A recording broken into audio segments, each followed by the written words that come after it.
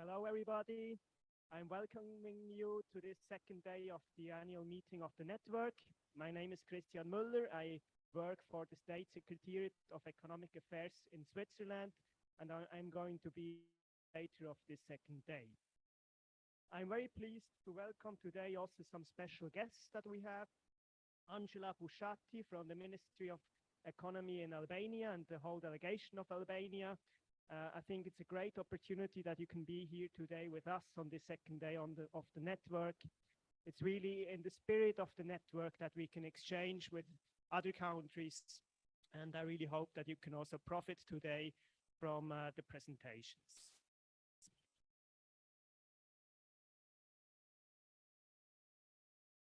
I hope you all enjoyed yesterday evening's program. I really had a great time. I think it was fascinating to see these witnesses of ancient cultures and civilizations. And my thanks go to the hosts who made this possible yesterday. It was really great, a great atmosphere and a perfect ending of the first day of the network.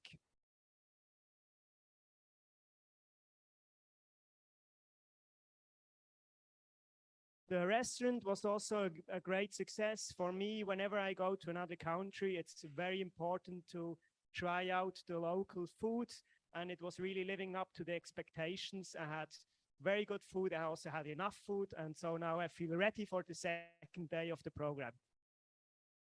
So what is awaiting us today? On the first day, we were focusing a bit more on the demand side of the skills. So we were looking at the economy, what is the requirements in the economy for the skills? Are there patterns that we can see that new types of skills are required, like in the field of artificial intelligence? And today we're going to change the focus a bit, and we're going to look more on the demand side of the skills.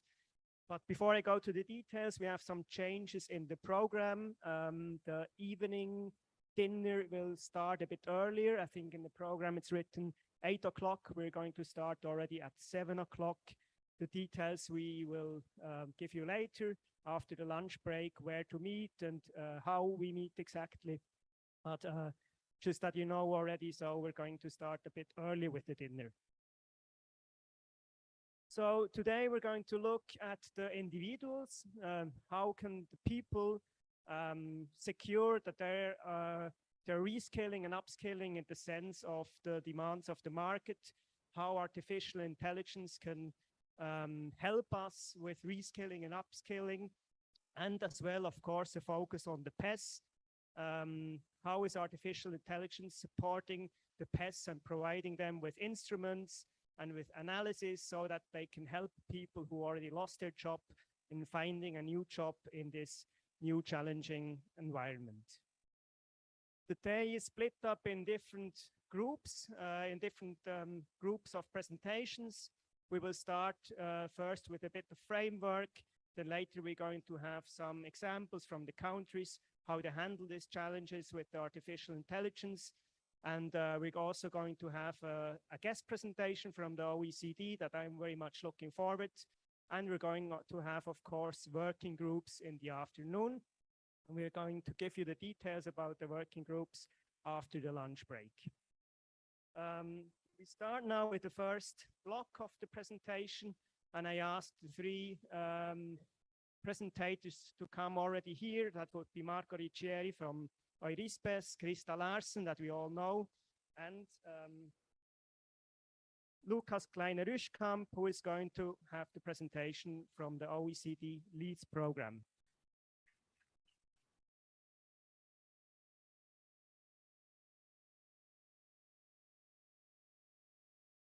Already come here, you will have the first presentation, and you will start with an introduction about the ethical perspectives on artificial intelligence.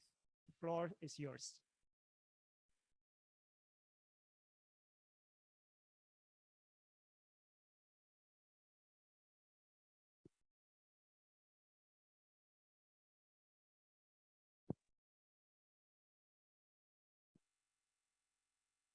Good morning, everybody.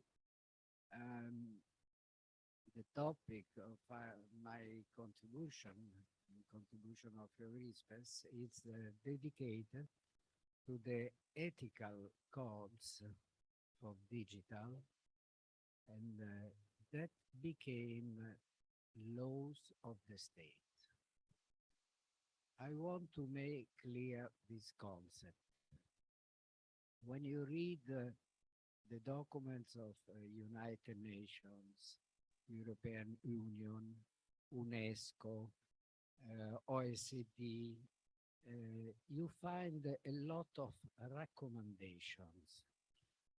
The use of digital, and especially the use of artificial intelligence, as we say commonly, has a very deep negative and positive impacts on the life of the community, of the individual, of the working place, and so on. So the aim of these documents and recommendations are to limit the negative impacts and to enhance the positive, the benefits the artificial can produce. We started with taking in mind as a reference an UNESCO declaration. UNESCO has a special commission for ethics and digital and ethics. And every year they organize meetings, very participated. The last meeting, 700 people, experts, all of the world. Sorry. And in the final declaration, they say, we are in risk to have a control society. Artificial intelligence can be used to control the society, the life of people, of communities. We must correct this situation that is very dangerous, and we must apply ethical codes for making to regulate the use of artificial intelligence and the effect. When we talk about documents, such a recommendation approved by international institutions, we must have in mind that these are documents approved, discussed, approved, and applied by all the states members. So when the United Nations do such declaration, there is a general consensus of all the states to go in this direction. When we talk about ethics, we imagine that we are in the sky, what is good, what is bad, and so on, what is right, what is wrong. But, it is correct. But when you see how these principles, general principles, are translated in laws and rules, the situation changes deeply. There is, in this moment, the preparation of G20 summit in Indonesia, and OECD, since 3 years, it's making a great job to arrive to have an ethical regulation of artificial intelligence, starting with the basic question: what is ethic? How to apply in artificial intelligence, and so on. And they start 3 years ago with a basic definition, and now the work is in progress. And we shall see in the next summit what kind of documents they are going to approve and how is the evolution of this process. In September, there was the G20 Summit of Minister of Labors, and they approved a document very interesting in which they say, oh, now is the moment to define and approve an universal social contract. Universal social contract.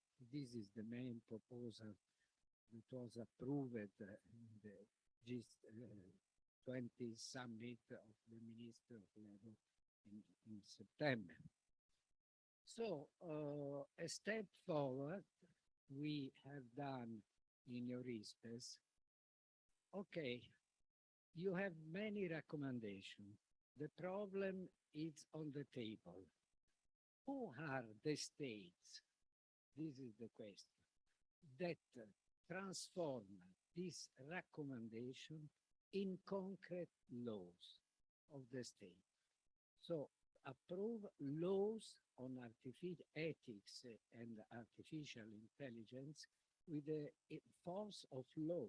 This is very important to understand how from a theoretical level we can get down to practical situation. And we were very surprised to discover that only three states has approved specific laws for digital ethics concerning the use of artificial intelligence. These states are first Canada, United Nations, and in the last months, Russia. European Union started in 2021 a process to arrive to achieve the goal of the directive, and but it's a process. Now we have a lot of consultation, and probably we shall have a European law in 2-3 years. So it is important to give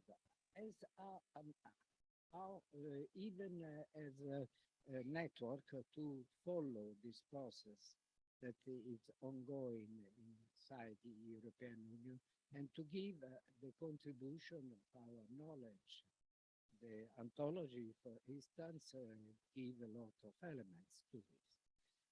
Allora, let's, we were, as I said, we were very surprised to discover that you have a lot of recommendations. The problem, it's very clear for everybody, but only 3 states have a specific law. Let's enter and to have clear what are the effects of these laws.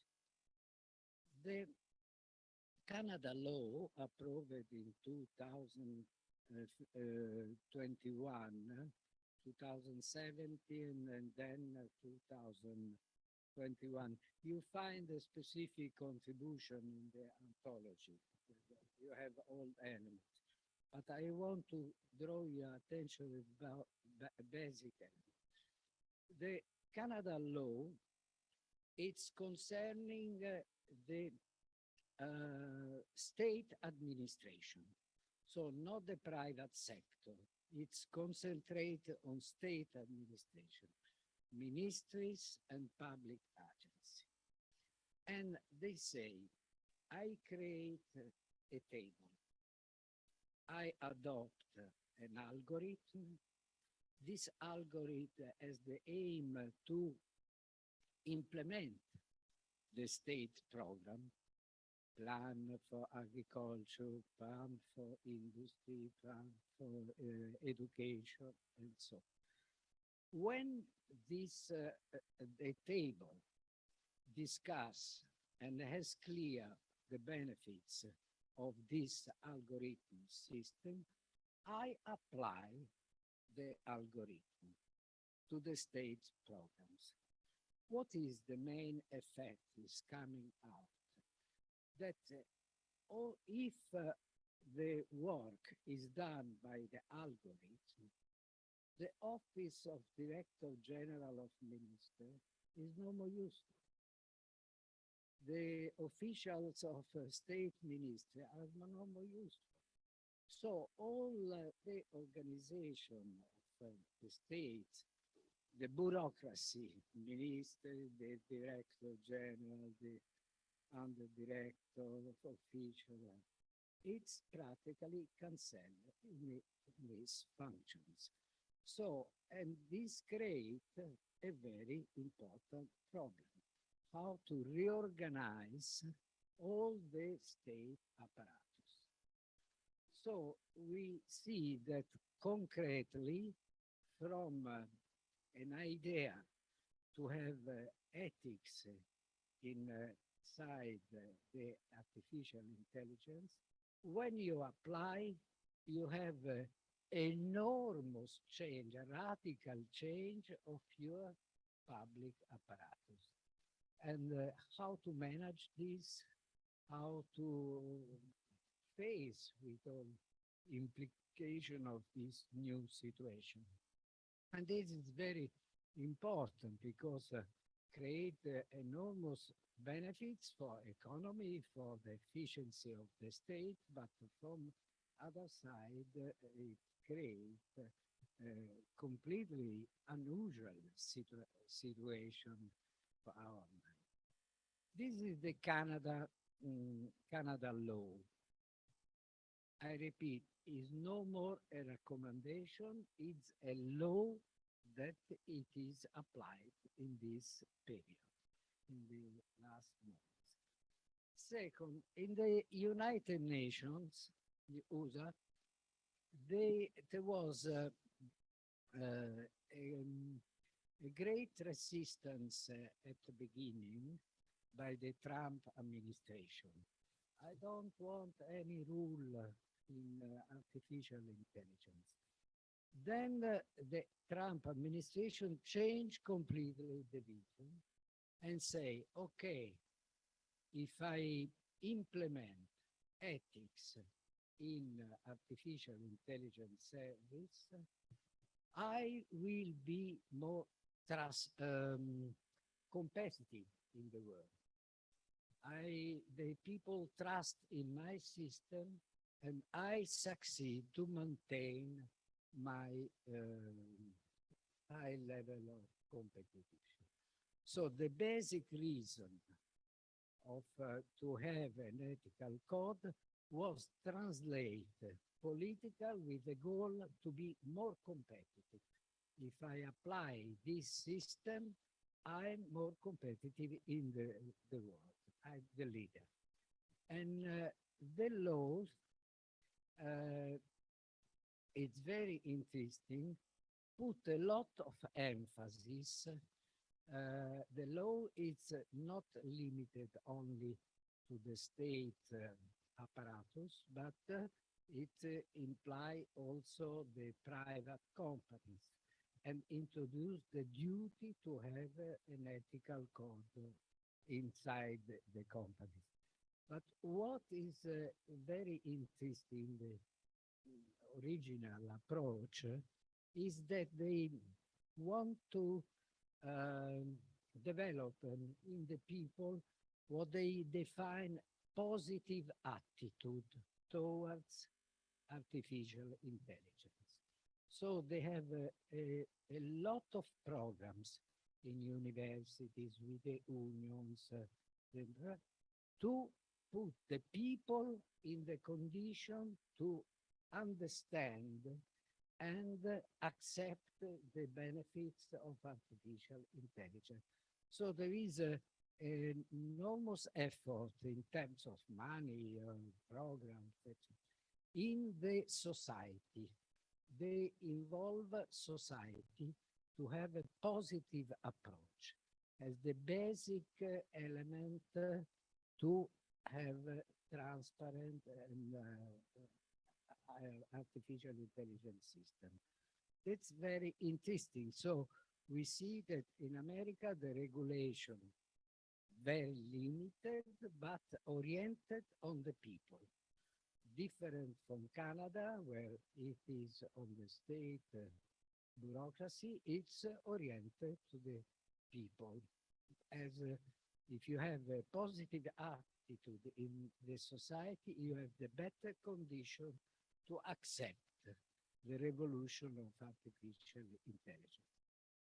Last but not least, the Russian system is approved at the end of this year and enter into force at the beginning of this year. The code, the law, Russian law, it's concentrate among the industrial relations. And they say, every company is free to adopt or not ethical code. If you adopt an ethical code in your company, the state will support you. You are more trustworthy, more reliable in the society. So it's based on voluntary decision of the society. What is interesting?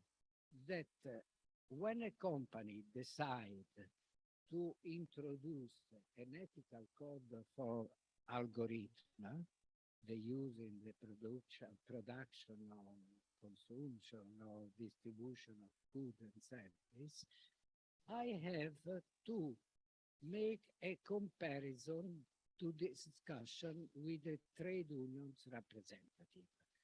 So the ethical code in a Russian company, from one side, it's a voluntary basis. From the other side is the product, the result of a comparison between the property and the labor representative. This imply a big change in the industrial relations, in the confrontation, because the law oblige companies to organize a table in which the representative of the workers and the company discuss and agree about the validity of the ethical. And to enforce this situation, they introduced the so-called ethical commissar. So inside the companies in which there is the decision to accept the ethical code, you have a new figures that is a neutral third party that is the point of reference of this confrontation. This as a model of approach to artificial intelligence that change a lot the industrial relation system that we have. Because, for instance, in Italy, I don't know in Germany, but we don't have such tables in which workers and property discuss an algorithm and to have the possibility to make reference to a third parties, an ethical commissar that say, okay, the discussion was correct and so on. The European Union, it's going to have a new regulation, new directive, and the process is ongoing, and it is considered the most large approach. So the European Union has a lot of documents in digital agenda, and so the competence, 12 documents we have, documents of reference in digital. So all aspects of this, but just for the ETI to introduce the codex, ETI code in artificial intelligence, they started from defending the basic right of the people, the privacy, the security, etc. And as we see in the discussion we had at the moment, there was a first consultation, there is a group of experts, first definition, and so on. And still now there is a big discussion inside the European Parliament. So the discussion is you are too, you want to regulate too much from one side, to make too many rules, strict rules. And if you go in this direction, we miss competitive for our system. Other voice, other opinions say, no, no, it's too weak, the regulation. We must regulate much, much more. For instance, using algorithm for security, for the gender discriminations, and so on. So the debate inside the European Union has these two limits, 2 points of reference. You are too much regulating, or you are too heavy as a regulation, or you are too weak as a regulation. But in any case, the way it's open, and we shall have in 2-3 years, I imagine, the new law, a European law, about such topic.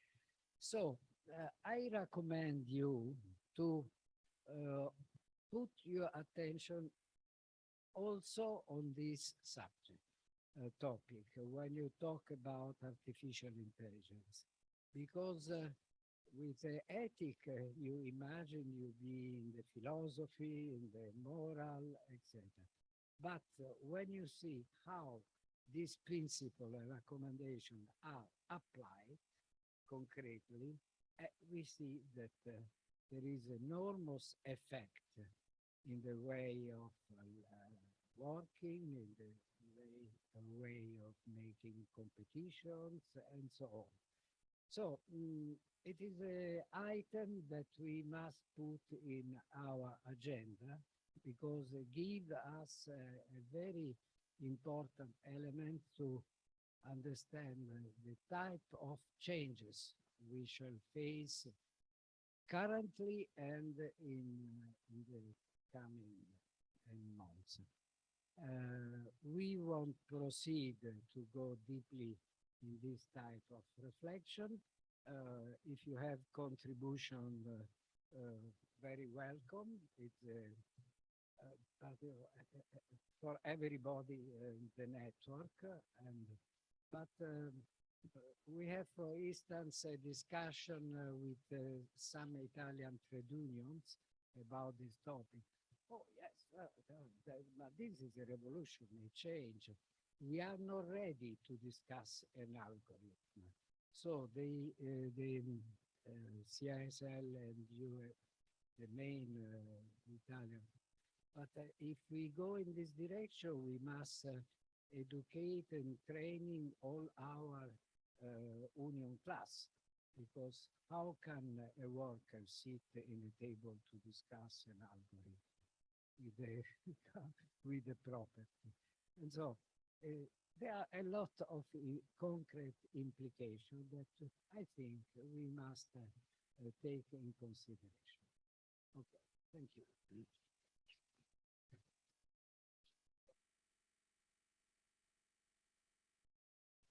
Thank you very much, Marco, for this presentation about the ethical perspective, which in my opinion is a very important topic when we're talking about artificial intelligence. Are there any questions for Marco?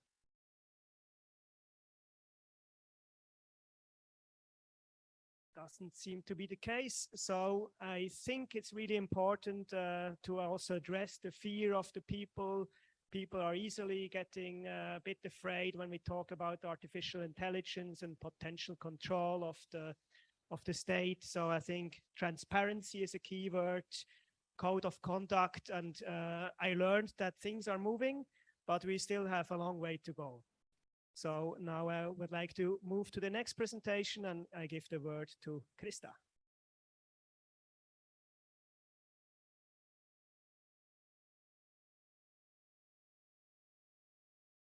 Thank you, Christian. We never talked so much about ethical issues as we do since we reflect on digitalization. I think this is interesting. And we should continue to do this and following the legal development, but also its application. And I think it's really interesting to compare also what windows of opportunities are opening up to implement legal framework conditions. And probably in all of our countries, we can be very sensitive on that issue and exchange further on that. As we go on with digitalization, this for sure will be a big issue to consider. So I would like to give you a little bit an overview on the day-to-day.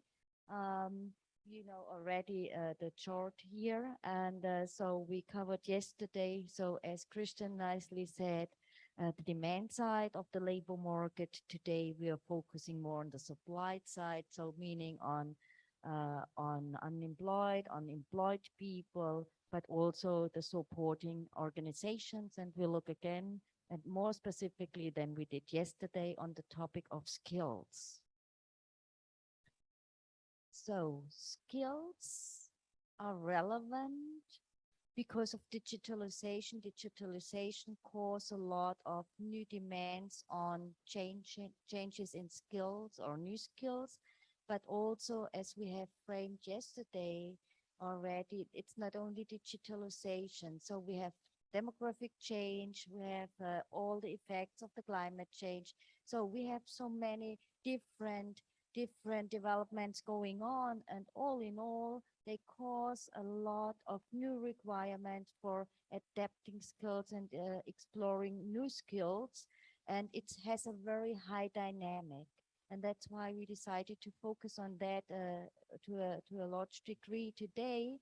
And most of the time when we talk about developing skills, we talk about concepts of reskilling and upskilling. So reskilling basically on the horizontal perspective, so expanding skills, or vertical, improving the skills on a higher level, or the competences as well. And also, especially within the EU, we talk a lot about lifelong learning and concepts of lifelong learning. This is rather important because it also deserves the readiness of people to be able, but also to be willing to continuously adapt your skills. And in some countries, this is really a total different mental set coming from Germany. For 10 years ago, everybody or most of the people were thinking, okay, I did my studies, I got my degree, I did my education in the wet system, got my degree, that's it.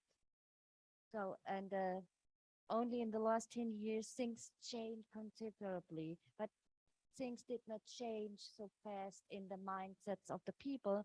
So we need to do some work on that. And that's why the lifelong learning perspective or concept is very, very important.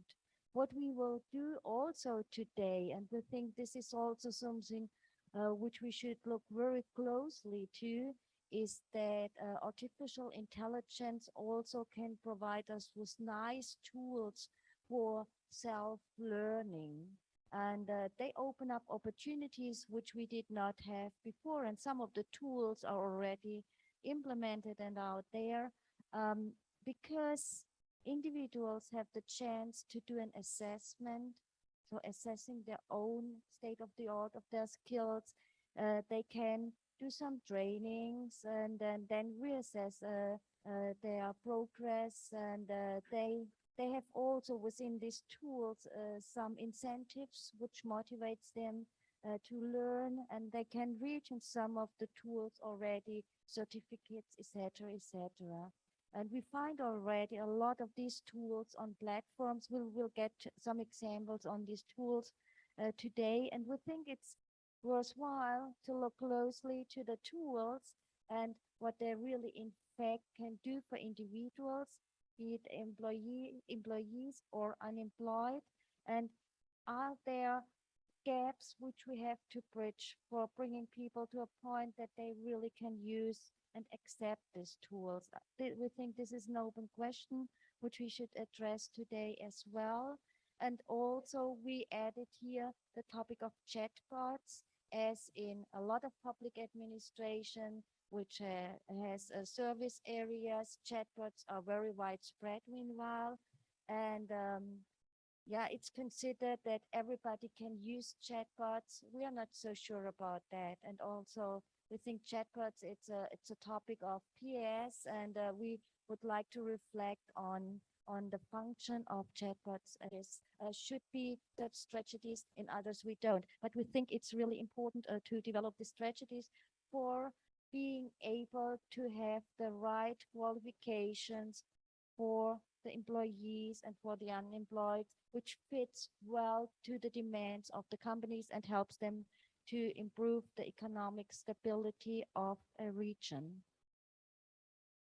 Secondly, we look on the past, and this is of major interest today because also having reflected on the effects of the pandemic, we learned that the social inclusion power of the labor markets decreased in most of the regions. So, and especially there are always the same groups on risk, like low-skilled people, people without any graduation, people in precarious employment, informal employment, older, younger people, migrants, and also we get more and more to a point we talk more about people with disabilities.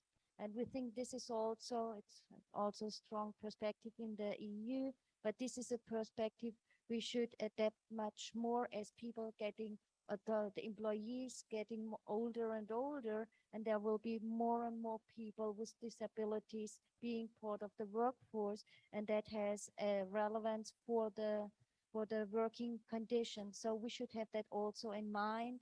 Also, as digitalization or implementing AI is also a process of automation. There might be people also laid off, so we should also think about these people. And in the focus of our interest is what is PES doing in that situation. We think the PES is a structure, is an organizational structure which we have in most of the countries. It's a decentralized structure. It's a powerful structure. And we think PES can take over a very important role, as PES in most cases has a huge stock of routine data and is building up the data stock even stronger. And most of the PES organizations in regions and localities will be already able to do something like machine learning based on their data stocks. And we think they should improve this quite a bit to improve also their services in giving better guidance, more suitable guidance to the unemployed people, giving them more and more suitable support in training programs, but also being important promoters for implementing digitalization and IE in a region. So being a kind of multiplier, this is the idea which we have in mind. And we could imagine, and that's what we want to discuss in a working group this afternoon as well, but also this is the subtext this morning. We think the PES organizations, they can become organizations which use AI to improve guidance, to improve training, and they can be models for regions and regional labor market actors being active in that field as well. And at the same time, PES had such a potential in terms of data. They could also become even stronger information providers for regional actors to let regional labor market actors and decision makers know what is the state of implementation of AI, what are the effects on a region. So we think they can have a double meaning here or a double perspective. So we'll hear today from best practice examples where we can see already these dimensions in place. So that's the contents of our day, and to structure that a little bit, so we will talk about the identification on the changes in skills, the demands caused by AI. We will have presentations this morning and how AI can also support the training and the development of skills up to a perspective to a regional and local learning strategy, what that could mean. And the presentation following by Lucas will already focus on that. And then we also talk on the role of PES as I have mentioned before. So that's what you could expect today. And we think these are a lot of points we should reflect on, as we have a lot of people representing PES here, and what they think about their own perspective, what they think about their need of support from structures like our network, etc., etc. So we have a lot of questions, and we are curious on our discussions today. So very welcome to discuss. Thank you.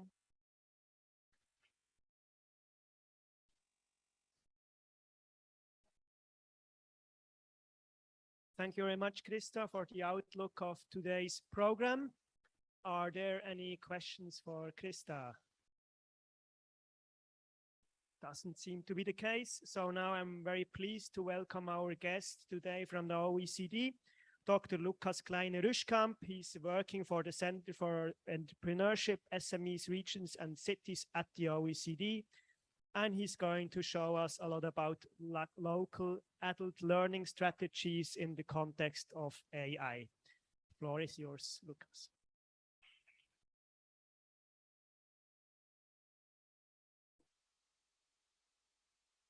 Thank you very much. Yeah, you hear me all.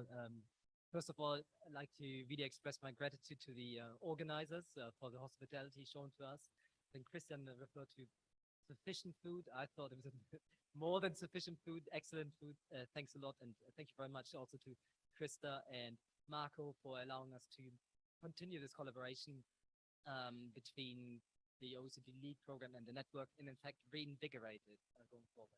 So when Krista approached me about this conference and giving a presentation here today, I in fact admitted that AI is something that is sort of still a moving target, about which we actually do not know as much as we know about other phenomena. So that's a caveat I just wanted to make you aware of. No? Okay.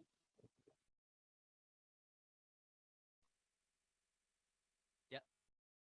Slowly, okay. Yes, sorry.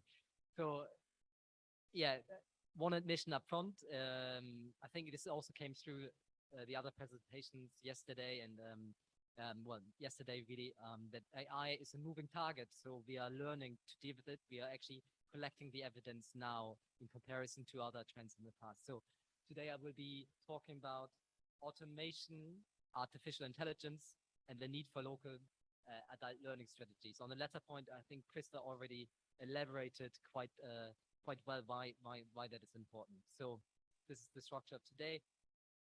I'd like to first start out by revisiting what we know about automation, because sometimes we treat automation and artificial intelligence as synonyms, but they're actually not the same. And I'll show you a little bit why that is the case. So we'll revisit how automation is or has been affecting regional labor markets. And then we move on to revisit the evidence and see what we actually know about AI's impact on the labor market.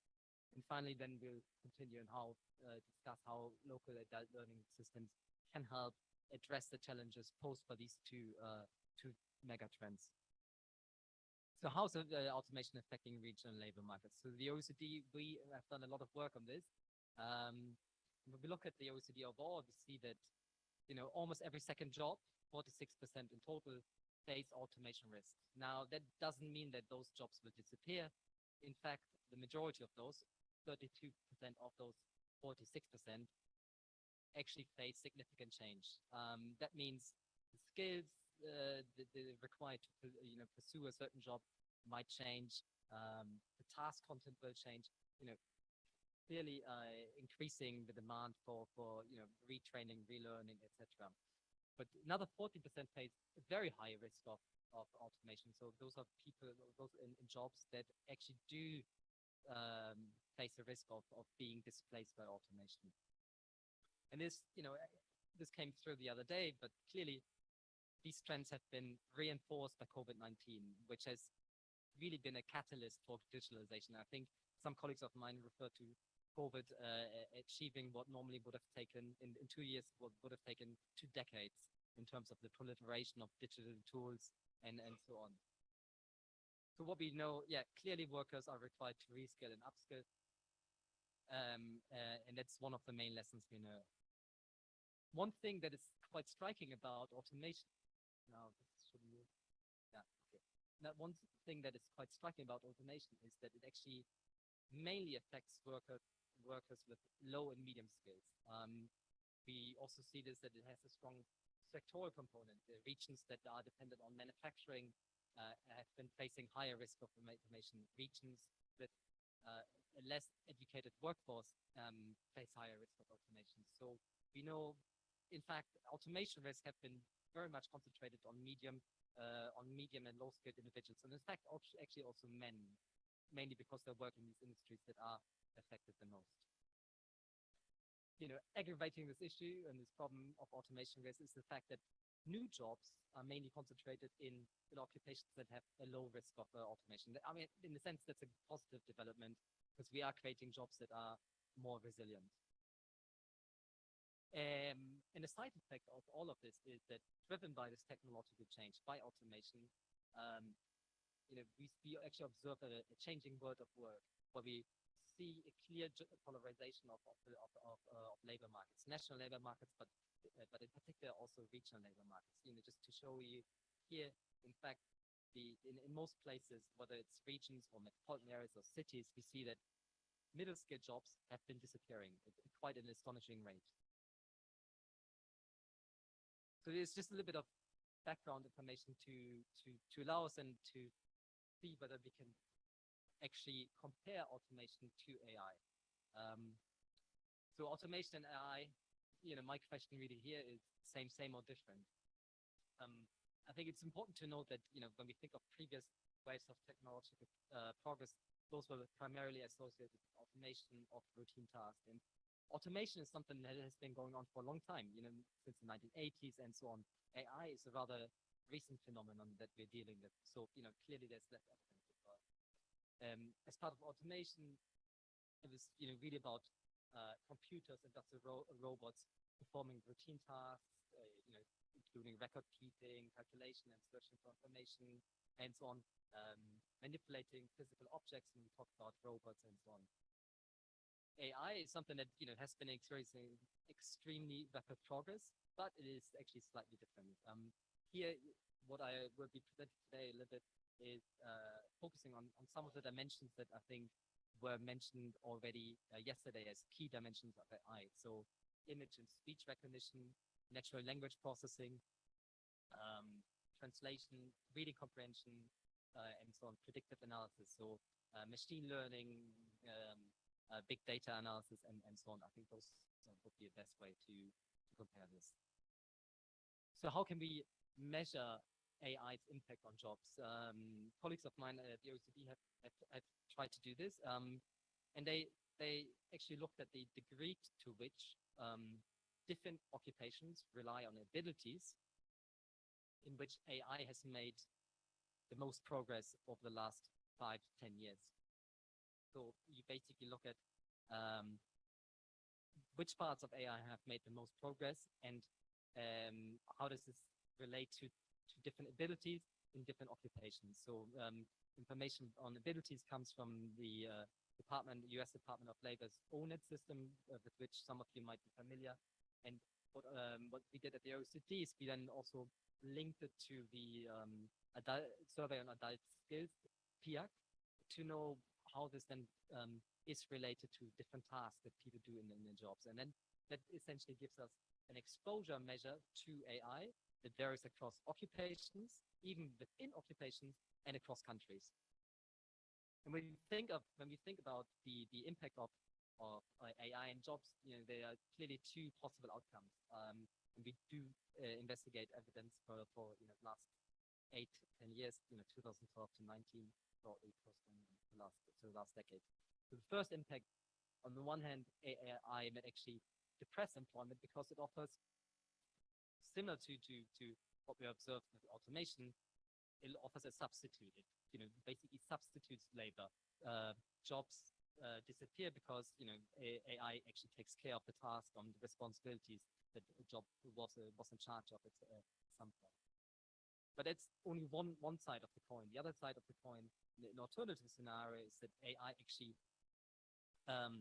increase employment because it complements workers' abilities, tasks, and competences, and actually raises worker productivity.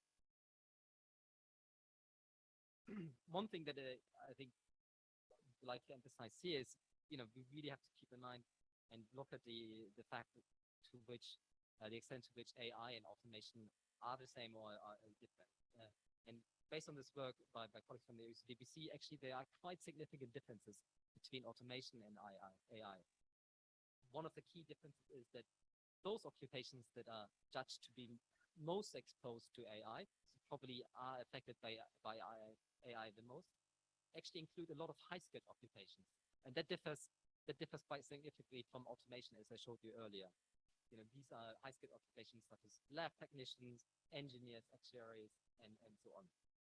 And consequently, the highest exposure and progress of AI is actually concentrated on non-routine cognitive tasks. So again, quite striking difference. Automation heavily concentrated on routine tasks.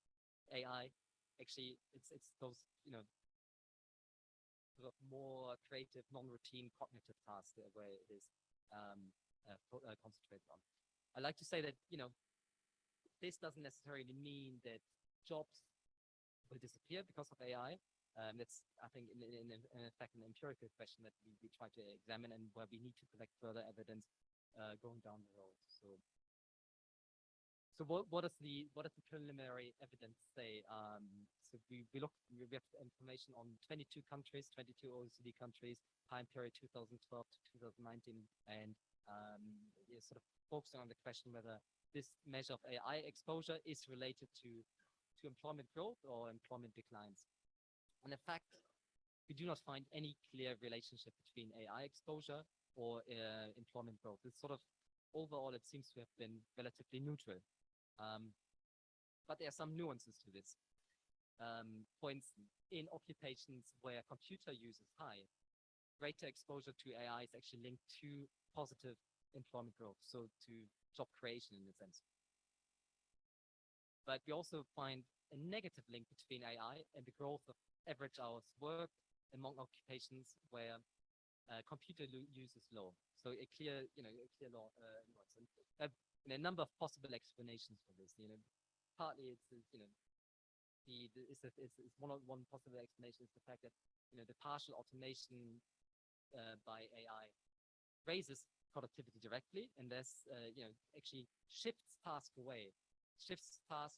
composition away of occupations from sort of the benchmark or starting point to higher value added tasks, and that in sense counteracts the direct replacement effect or displacement effect or substitution effect of automation through AI for workers that actually have good digital skills, who in fact might find it easier to interact or use AI effectively and shift to non-automated tasks and higher value added tasks in their occupations. At the same time, the opposite could be true for workers with poor digital skills who actually do not know how to interact with AI well or efficiently, who do not possess the digital capacity to actually reap all the benefits of technology. So in essence, just to revisit what I've been saying, is based on preliminary evidence, it seems to be the case that automation and AI actually are quite different for a number of reasons. Automation is heavily focused, the negative effects were heavily focused on low and medium scale occupations, on routine tasks, whereas AI is actually actually changing jobs that are sort of a higher value scale, that consists mainly of non-routine cognitive tasks more than other jobs. It also is different in the sense of that, as of now, until now at least, it seems to be less related to job displacement, but more mainly changing sort of the work content of an occupation heavily affected by AI. And clearly, this also has significant implications for spatial effects. Automation, when we look at automation risk, enormous variation across regions, across cities, and heavily linked to different industries and education, entertainment, and so on. Here, when we look at AI, you see, it's actually concentrated on those that are, tertiary educated or have high skills, etc. So there's going to be a different constellation in terms of the geography and in terms of the spatial effect. And maybe, in a sense, places that seem to be doing pretty well in terms of automation risk now face a heightened challenge in terms of allowing their workers to develop the digital skills that they need to manage and master. So yeah, I think it relates to my last point really here on this part, is that all of this seems to indicate that digital skills become even more important. And taking this together and based on, I'll show a slide in a second, on the fact that in reality, a lot of people actually do lack even basic digital skills. All of this shows there's enormous importance on raising and elevating the significance of lifelong learning, of local adult learning strategies, of local continuous education systems. So how can local adult learning systems help? And just wanted to show two slides that complement and sort of provide a little bit more ammunition to this argument. And I think it's important. It's an important argument to be made, as Krista pointed out in the presentation. We are aware that we need to learn, that we need to continuously learn, but actually, there's been relatively little action. These mega trends such as automations, such as AI, but also now the green transition, raise the importance of learning, but they're actually compounding already existing issues, such as the fact that a lot of workers actually are employed in jobs in which they do not use full potential of their skills, or are actually in jobs in which they are mismatched by level of qualification, field of study, and so on, which leads to productivity loss and welfare loss in a sense. And again, the extent to which this is the case varies quite a lot within OECD countries. Another factor that is compounding the importance and sort of the challenges is the fact that in most OECD countries, almost, I think in the vast majority, we have actually entered a new phase in the labor market where instead of high employment, we actually face a significant shortage of workers. A shortage of workers, the labor force, Michael gave a presentation on this yesterday, but it's not only that, but it's also workers with the right type of skills, right type of experiences, and so on. So what does it all mean for adult learning and continuous education? Clearly, it should be a key policy instrument in addressing some of the challenges, in allowing people to reskill, to retrain, to upskill, to find sort of pathways into new occupations in the different sectors and so on. But when we look at the data, we see actually one of the main problems is that participation is in fact not increasing at the same pace as these labor market challenges accumulate. And we also see that within OECD countries, across regions or cities, there are actually huge differences in participation rates, which probably point to the fact that in some places adult learning offers are not good, or are not accessible enough, are not tailored enough to the needs of the labor market. And that clearly raises questions on access, the design of training, training and learning offers, but also on the targetedness, on the effectiveness, and maybe also on awareness. I think that's another issue. It's really important to create awareness both among firms as well as among workers that it pays off if you engage in continuous learning. One of the key issues that we also observe is that, in fact, most places struggle quite a lot in reaching those that most need additional learning or would benefit the most from continuous education. You see that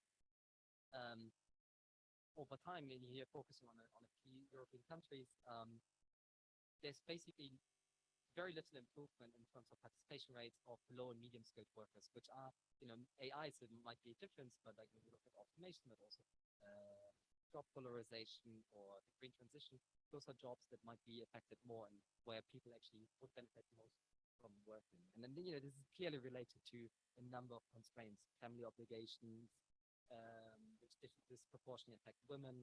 It's also related to cost of training and foregone income. It's sometimes related to disengagement from the labor market or from, sort of an ignorance of the potential benefit and the need to retrain constantly.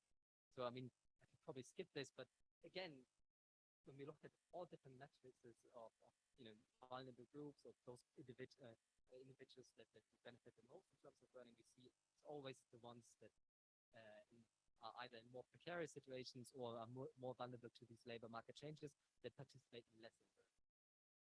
And related to what I was mentioning earlier, across the OECD, we see that 6 out of 10 adults actually lack even basic ICT skills. So, how are you supposed to make use of AI or actually prosper in a changing world of work if you, do not even master basic generic ICT skills? So we did ask around, a number of cities and regions across the OECD by the survey on what are some of the most pressing challenges. And yeah, I think, the results come through. It is reaching vulnerable groups. It is competencies. It is the inclusion, it's competencies, and it's the targetedness of training, the quality of training and stuff. So building on this, and I'll keep it brief because I'm probably running over time, what can regions and cities actually do?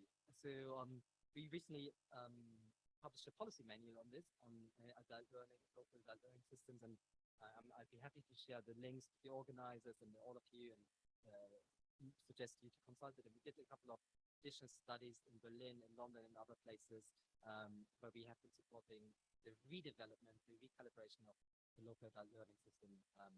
But broadly speaking, key areas for resilient and inclusive adult learning systems can be, as seen by local practitioners, really consist of 3 major pillars. Promoting inclusion and equality through adult learning, so really making sure that you do a better job in enabling vulnerable groups to access adult learning offers, to prosper in a changing world of work. And that, I think, it very much relates to the fact that constantly, or that quite often, our systems are reactive rather than proactive. So we wait until someone loses the job instead of allowing them to proactively engage in learning to prevent that situation from happening in the first place. Another crucial aspect, and I think this is something that unfortunately is not yet commonplace, is really making sure that we get employers on board to ensure that we meet local skills demand, right? We align local adult skills, local adult learning offers, continuous education offers with labor market needs, local labor market needs. And that, this can take place in many fold ways, but for instance, really making sure that if there is a board that supports the system, we have sufficient employer representation, but also social partners that play a crucial role as well. And then another issue is, of course, that oftentimes local authorities, be it regions or cities, actually lack the resources, lack the capacity, lack the competencies to deliver meaningful offer of measures which is something that I think a lot of places, a lot of countries have recognized and have been, you know, awarding more competencies to local communities to manage this in a more effective labor market driven way. So we have a portal where you can find a number of best practices on what works at the local level. I'm not delve into any detail here at this stage. Just probably here on the last slide, you know, emphasize a couple of more important of other important points that comes through this policy manual to different workshops that local policymakers, firms, adult learning providers, but also our in-depth work in most recently in Berlin and London. One of the things that seems strikingly obvious, but is actually lacking in most places, that to really make sure that you manage these labor market trends well and you have responsive, effective adult learning system, you actually need a clear vision for your labor market. You need a clear vision of for the future of your regional labor market. Where do you want to move to? Like from the status quo to what type of constellation? Where do you want to move to? And that involves setting clear long-term goals, measurable outcomes, and all of this is important because it creates a situation where you generate commitment by all the important, the diverse stakeholders, and you create political buy-in from employers, from employer associations, from social partners, trade unions, and so on, and workers, not the least. That means, you know, ideally this should be supported by, for instance, having or establishing a diverse advisory board, you know, that offers strategic orientation of adult learning policy, that includes employers, and so on, and it really ensures that whatever is offered is demand-driven, so it's not sort of created in isolation in silos. Yeah, all of this, I mean, didn't want to miss this reference, clearly requires sound labor market intelligence. So, sound labor market intelligence skills, anticipation exercises. Now, oftentimes these exist at the national level, but they are sort of lacking in regions or local areas. And I just wanted to, you know, this is not the main topic here, but I just wanted to say that this doesn't necessarily only come in one format, but, you know, it could consist of both qualitative foresight and as well as quantitative analysis. So maybe just last word, since I'll leave it very brief because I think we have the test presentations on AI tools, which I'm very much looking forward to. But didn't want to finish without discussing it very, very briefly the potential benefits and also drawbacks of digital solutions, digital technology, and AI in learning. So based on what we see on the evidence that we have, we think it can deliver certain advantages such as broadening access, making sure, Krista mentioned this, that we actually better match individuals to learning programs, that we deliver in a more cost-efficient manner, that we maybe provide modularized learning, which would be really important for people to have these career changes, to not engage in a long, lengthy, sort of difficult process, and to offer targeted, really effective career guidance. But I should emphasize that there are also certain risks if we employ AI in adult learning, in career guidance, and so on. Mainly two risks, I'd say. First one is, in fact, we might actually leave people behind that are already left behind. So individuals that lack the essential digital skills, that cannot navigate these tools, that they are sort of like become even further disenfranchised. So this is something just to keep in mind. And the second thing is, we recently had a discussion with the OECD Director for Education, Andreas Schleicher. He's the guru who developed PISA, and they have evidence on school learning outcomes both for adults and children. And he was saying, AI is a powerful tool. Digitalization is an incredible tool. But at the same time, it can only complement, not fully substitute, physical personal learning environment.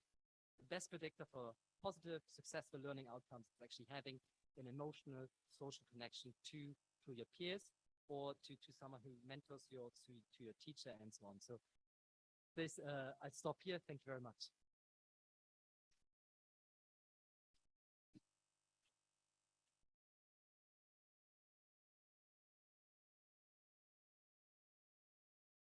Thank you very much, Lucas. That was very interesting, and I think a really important contribution. Are there any questions for Lucas? Yes, please. I see several hands. Do we have a mic to give around? Can you start over there?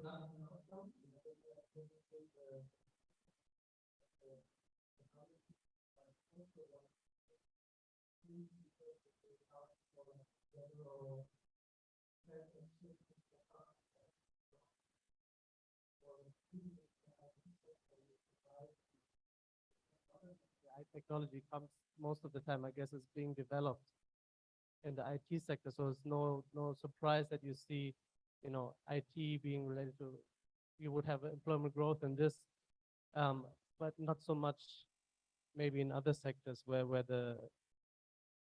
you still see a positive correlation between AI introduction and employment growth, but it's caused by third factors in a way. Yeah. Thank you very much, Darius, for the questions. Very good questions. I think when I opened, I honestly admitted I think it's definitely an area for more work, right? I mean, it's an area where we are collecting evidence, but in comparison to automation, which has been ongoing for a long time, it's something where we are still collecting the evidence. Even academics, at the academic frontier, there's work out there. It's pretty well established when, some of the texts are pretty well established when it comes to, for instance, the AI impact on different tasks and job occupations. I think that's really well established. But when we look at sort of employment trends or productivity, I think the jury is still out there. That being said, I think, clearly that requires a little bit more work on sectors. I think that's super important.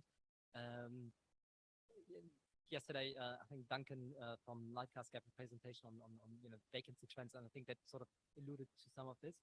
This work, this AI exposure measure varies across occupations, but also within occupations. So and across countries. So in a sense, even though it's sort of, it's not clearly causal, but it gets a long way gets a long way of getting there. And it actually can control for some of the sectoral shifts. So, even within sectors, we see some of these trends. But I mean, I think the jury is still out there, but, based on the sort of sparse empirical evidence that we have, it seems to be the fact that, I think a lot of public attention has been set on AI being sort of a behemoth that devours a lot of jobs. And, at least until now, that clearly doesn't seem to be the case. It's definitely more nuanced. There will be jobs that disappear, but I think a lot of jobs will also benefit from it. And I think that's, even though it's based on preliminary evidence, I think it's something that's rather credible, and it probably helps to inform the debate in a more matter-of-factly manner. But yeah, I fully agree. I think we need to know a little bit more in terms of innovation and how innovation is driving this, and how this actually really does benefit productivity and so on. And at this stage, yeah, I have to say, we need more work on this.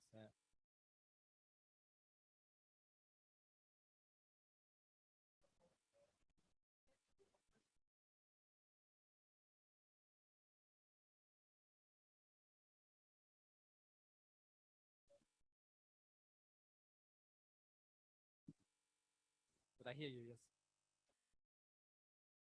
Yeah, I hear you. Probably.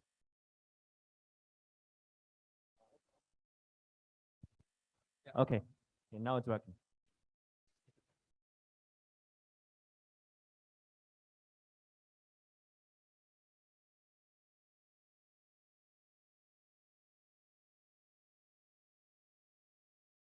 Yeah.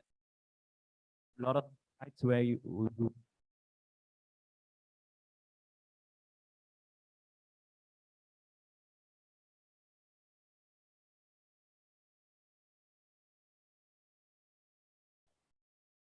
What's right? Okay. Yeah.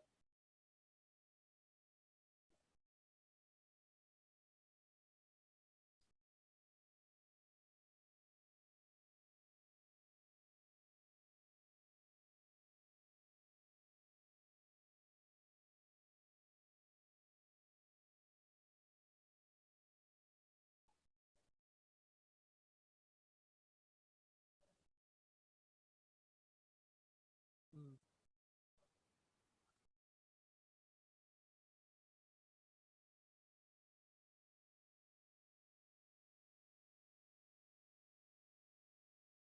Thank you very much. Maybe I start with the first question. So by AI exposure, so we look at this is work that looks at I think 7 dimensions, 7 types of AI, 7 AI dimensions, and those are the ones that have made the most scientific progress in terms of new developments and so on. This is based on scientific peer reviews and so on. And then it looks at how these AI solutions, or AI competencies, are linked to abilities that are linked to a job. And this is based on ONET data, which is I think the most comprehensive data source in the world in terms of decomposing occupations, a large number of occupations, into tasks they entail, into the abilities and the competences that they entail. So you basically look at, on the one hand, you look at AI, the types of AI that have made the most progress, and then you look at jobs and see what are the abilities and hence also the tasks in different jobs that are most linked and most affected by these developments. So for instance, if it's image recognition and so on, we look at what type of abilities, what type of tasks broadly fall into the category of image recognition or machine learning, etc. So that's how you compute sort of a measure. And this measure, I'd say, it's hard to interpret, but it's relative. So one would be the occupation that has the highest exposure to AI progress, and 0 would be the occupation that has the lowest exposure to. So some occupations have no exposure whatsoever to these AI technologies, and some occupations have very high exposure. So don't try to think of this as sort of a magnifiable range. It's sort of like, it's relative intensity. I hope this answers the question. If not, we'll have a chat after. You asked about clear vision. So, but that is definitely, I think when we refer to a clear vision, we definitely don't mean like centralization of competencies or policies, etc. It rather refers to having a long-term vision of where you want to be as an economy. And this doesn't mean, let's say Germany, Italy, but it actually means here now in Sardinia, what is the type of economy you want to have in 20, 30 years, knowing all those challenges that lie up ahead. And that means you need to know, do you want to move into, let's say, ecological tourism as your sort of modus operandi? Do you want to move into, I don't know, focus on high value added energy sectors, etc. So I think you need a clear vision of where you want to move to in terms of structural transformation, because that is needed to know what you need to do along the way. And that should be, I think, identified and clearly agreed upon by in exactly not a centralized authority, but by policymakers, by employers. I think employers are super important in this, by social partners, by adult learning providers. So you speak with one voice and everyone knows, actually, okay, if we want to move from A to B, we can all sort of all bring in our ideas of how we can best get there. So it's not about centralization, it's about rather having sort of providing a sense of direction for your future travel.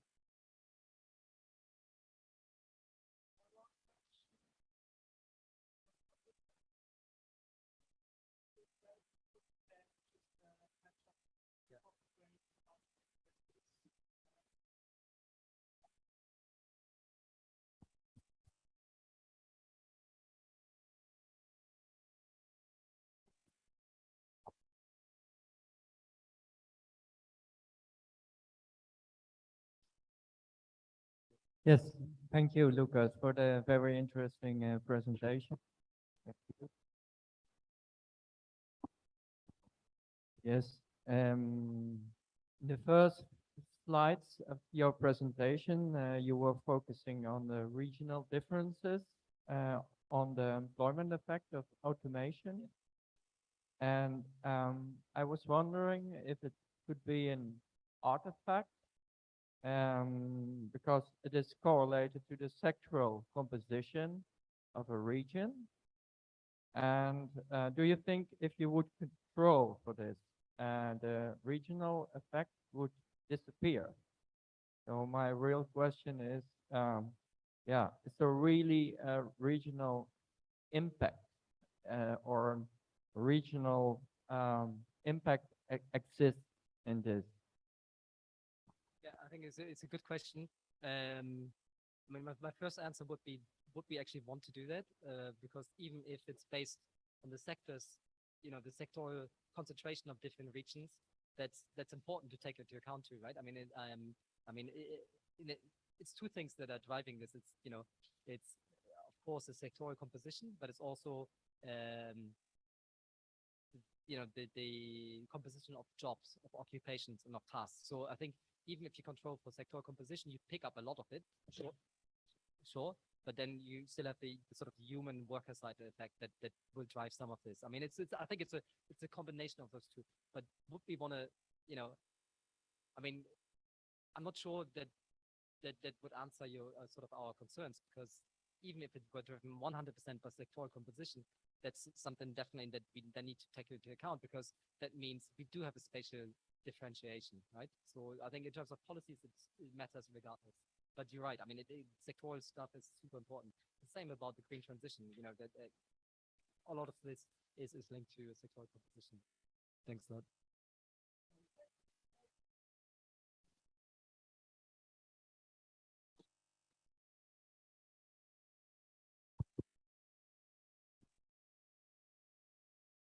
Thank you so much.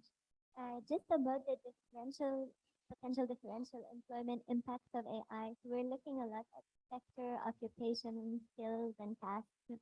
And do we have any already knowledge on in terms of AI differential impacts by firm size?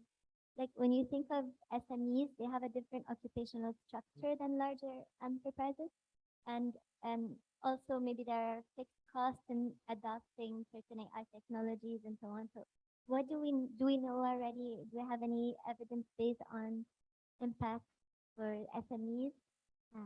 Thank you. Yeah, I think it's a good question. I think there's ongoing work on this, but I think you already sort of gave us the answer in the sense of that SMEs often lack the resources or the competencies in terms of sort of upping the ante in terms of digital tools, technology, and so on. So in a sense, they might be less exposed to some of the changes now, but maybe sort of pay the price later. But even if they did have access to the same type of same degree of AI, one of the issues that we see in SMEs is they're much less likely to provide on the job training, right, workplace training, and their employees tend to be less developed in terms of digital skills. So even if you have the same level of AI exposure, or you have the same tools at your availability at your disposal, I wouldn't be so surprised to see SMEs struggling to reap the same benefits out of AI. But I think there's work ongoing, and some of my colleagues are doing this. Yeah, that's how. Yeah, that's all I can say for now, I think. Thank you.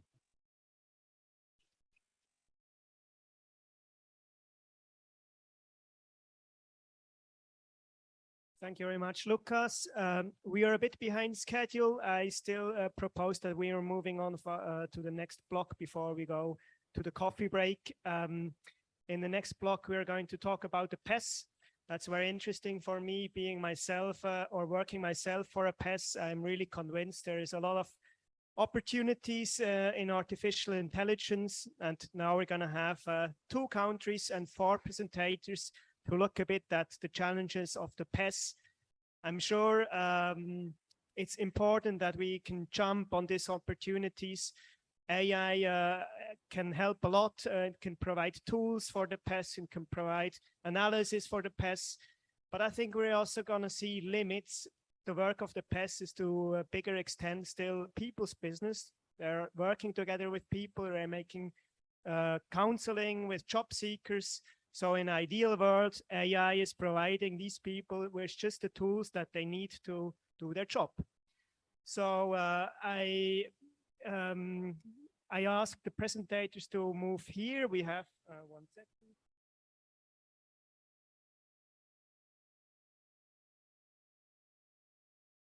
We have one person who cannot be here, Moreno Baruffini from the Università della Svizzera Italiana. He's going to present his part with a video. Then we have from the State Secretariat of Economic Affairs in Switzerland, Dorit Griga. Please come here. And then from the Lambida, from the Basque Country, we have Borja Pulido Orbegoso and Maria Leonor Jalón del Rio, who are going to present the Basque case. And I also ask you to come here up front already now. We will start now with a video from Moreno, and I hope everything works out well.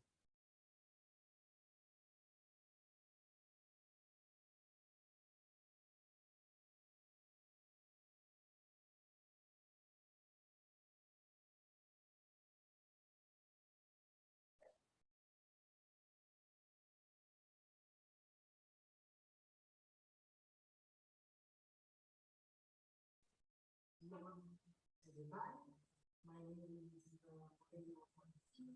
I'm a postdoc at the University of Frankfurt. First of all, here in North America, all the people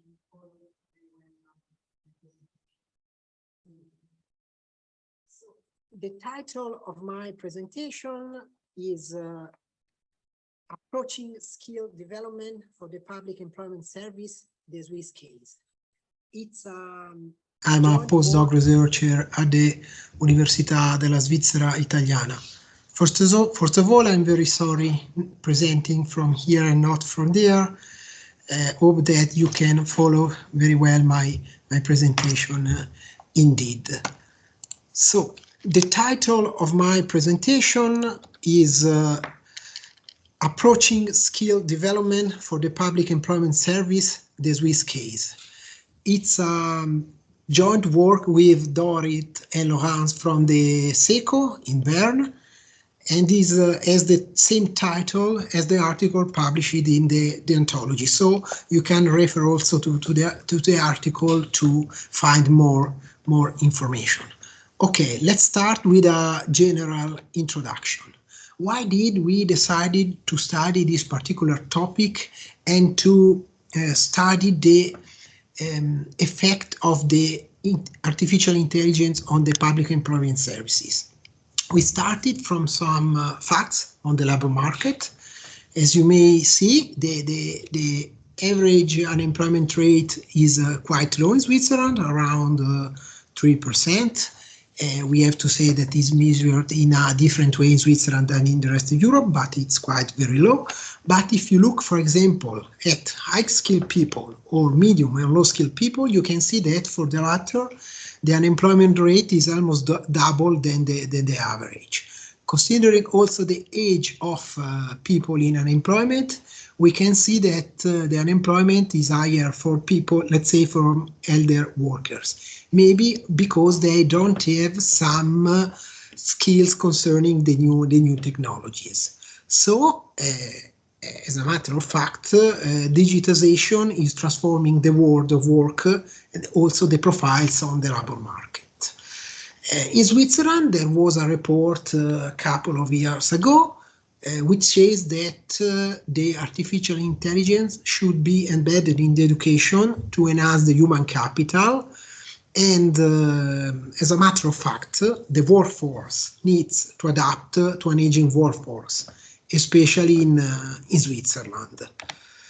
So we started this input, and our main objective is to present and investigate measures, projects and policies that are currently implemented in Switzerland, and we would like to highlight possible application concerning digitization and artificial intelligence that aim at reintegrating or better integrating vulnerable groups in the labor market.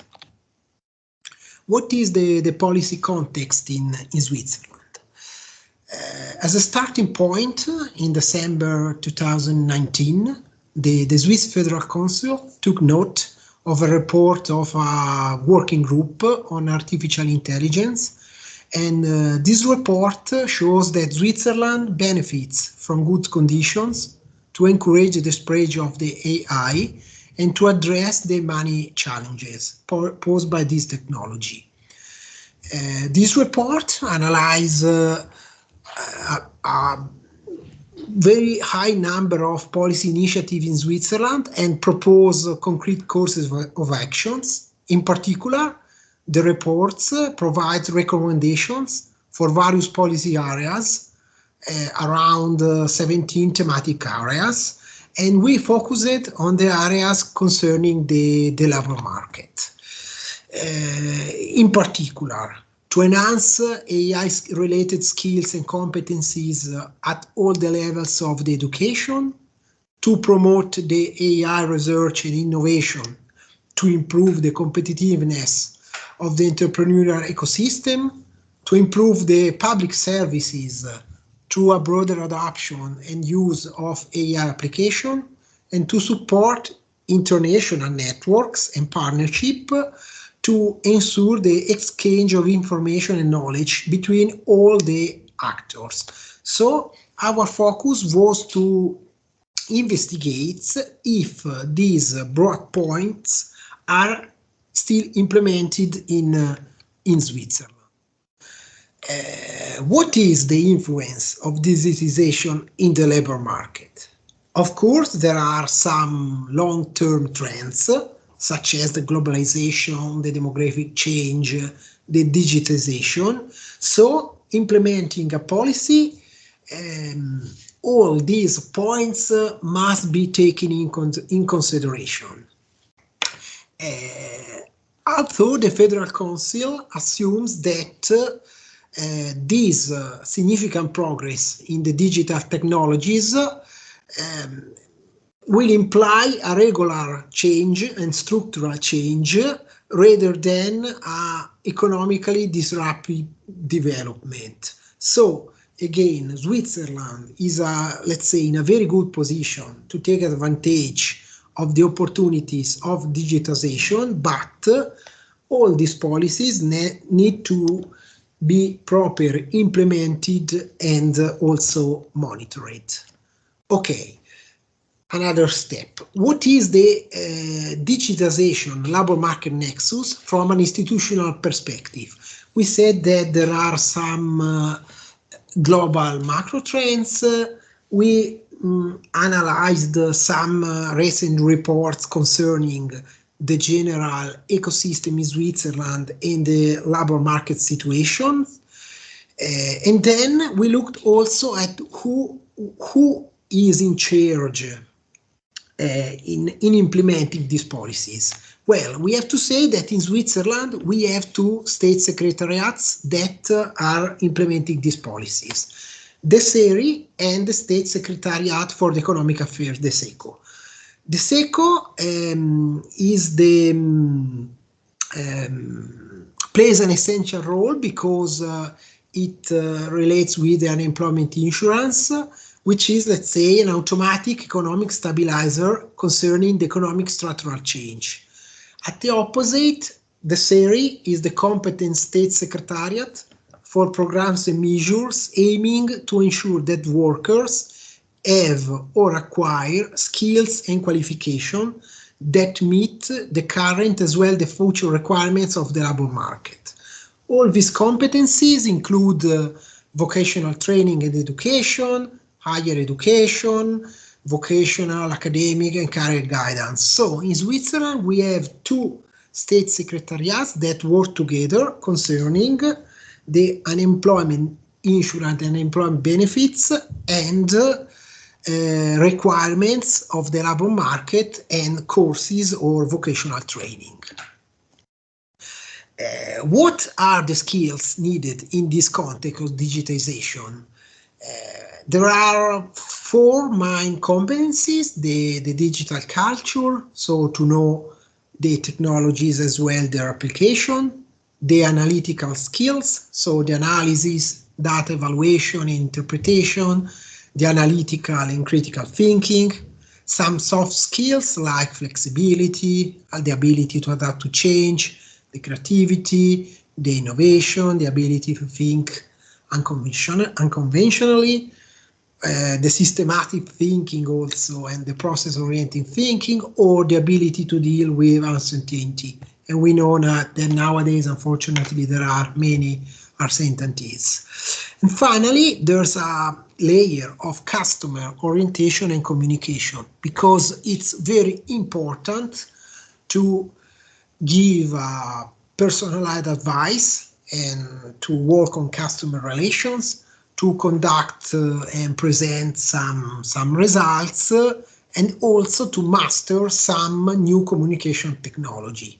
So after studying the policy context, the links between digitization and the labor market, and what are the skills needed in this kind of context, we used a case study methodology to discuss some practical examples. In particular, we, as I said at the beginning, we were interested in the topic of digitization and its potential for integrating or better integrating job seekers in the labor market from a, let's say, point of view, analyzing the project of SECO or SERI.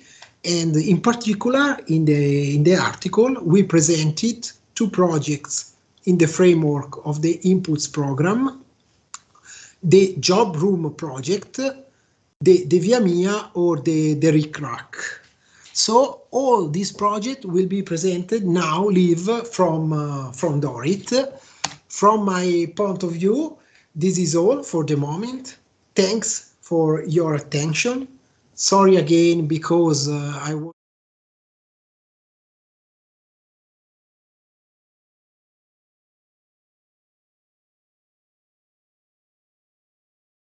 in the program. We are going to make the coffee break after the presentation of Dorit, and then after the coffee break, we go on with the case of the Basque Country. I will ask you to make a short coffee break of 10 minutes so that we can catch up a bit with the time.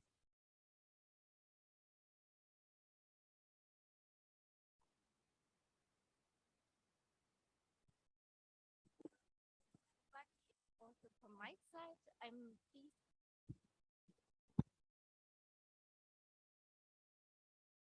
pleased to be able to now present you with some examples of the ways in which digitization is being used in Switzerland to improve the integration of certain vulnerable groups of the labor force in Switzerland. On this slide, the Impulse program is presented. The Impulse program is part of a package of 7 measures proposed by the Federal Council in 2019 in order to increase the competitiveness of the domestic labor force. And as regards measure 5, the Impulse program, it intends to provide increased support to older job seekers as well as job seekers whose re-entry into the labor market is more difficult. For this purpose, over 60 million Swiss francs in additional yearly funds have been made available to the unemployment insurance for the years 2020 to 2024. And by May 2022, the cantons had developed 32 projects with a total cost of around 85 Swiss francs. While many of the projects that had been developed by the cantons within the scope of the Impulse program are coaching measures to accompany and advise job seekers, some of the projects aim to improve the digital skills of job seekers. And for example, the Digitalizers project prepared by the Canton of Neuchâtel guides job seekers in acquiring interpersonal skills, technical skills, but also the above mentioned digital skills. In order to achieve this, the project's training concept provides for the participants digital immersion. Job seekers are therefore offered the opportunity to develop digital skills through 3-month internships by carrying out practical projects in a completely 4.0 oriented environment. Moreover, on the part of the PES and also in the scope within this project, the occupational field of clerk professions is constantly monitored and observed in order to identify modifications and changes in the job profile and task set of these jobs at an early stage.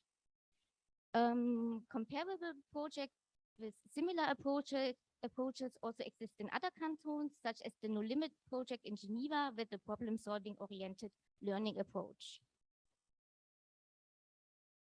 The second project I would like to present is the job room.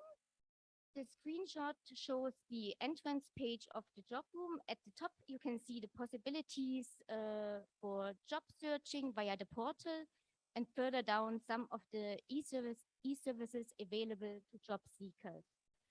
The job room is hosted at the unemployment insurance internet portal ArbeitsSwiss. And as the main internet portal of the unemployment insurance, ArbeitsSwiss offers, similar to a Swiss Army knife, a wide range of information and services for job seekers, as well as for employers, recruiters, institutions, or the media. At this slide, the e-services available to job seekers are listed in addition to the possibility for recipients of unemployment benefits to electronically record their work efforts or to submit their application dossier online. Job seekers can set up their profiles, including their resumes, to be visible to potential employers, have lists of matching vacancies generated, or set their job alarms according to their profile. The user numbers of the portal are developing very positively. To give an example, since the launch of the e-service record proof of work effort in April 2020, in Switzerland, unemployed persons have to prove that they actively seek work. Around 10.5 million proofs have been uploaded as of August 2022, which is quite a lot. In addition, the job room acts as a hub for the so-called information advantage. and job registration obligation, respectively.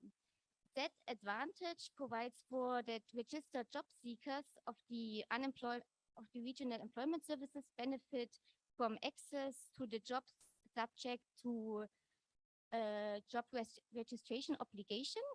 And as regards these jobs, legislation in Switzerland prescribes that jobs in occupations with an above average unemployment rate of 5% for the duration of 5 working days have to be made exclusively available to registered job seekers. In my opinion, the information advantage in particular still holds potential for the implementation of AI. This is because counselors in the public employment services have the possibility to make suggestions for candidates to employers. And such suggestions could, for example, be generated by an algorithm and be validated in the second step by a personal counselor before being transmitted to potential employers. Moreover, I would like to note that the job boom, the unemployment insurance also intends to locate as many job advertisements as possible. For this purpose, the system calls the Internet for Job Advertisements published online in Switzerland, and on average, the algorithm delivers around 40,000 job advertisements per day. In doing so, it aims to generate maximum information about the jobs in question in order to obtain as complete a picture as possible of these jobs. And in particular, the introduction of the above-mentioned job notification obligation has led to an increased interest in obtaining not only vacancies reported to the PES, but a complete picture of the full labor market, and has also increased the importance of crawling. Together, these two factors, crawling and the job notification obligation, led to an improved transparency on the Swiss labor market. This is our resume. The next project I would like to present is VIA-MIA, and it aims to support the regular career assessment of employees of over 40 years through the development and implementation of an employee assessment service. The project is institutionally based at the State Secretariat for Education, Research and Innovation. As regards the concrete design of the proposed service, the employability of the participants is determined and improved in 2 steps. Firstly, in a personal counseling interview, a so-called occupational resource questionnaire is used to analyze the educational and employment biography. And secondly, concrete measures are derived on the basis of these results. Concerning funding, 60.6 million Swiss francs have been budgeted to finance the pilot project. And to this sum, add another 30.3 million Swiss francs for the implementation of the full 4-year program. And maybe to add some preliminary results of the pilot, we also made the observation that it's in particular highly skilled women that already have a high employability that are interested in using this service.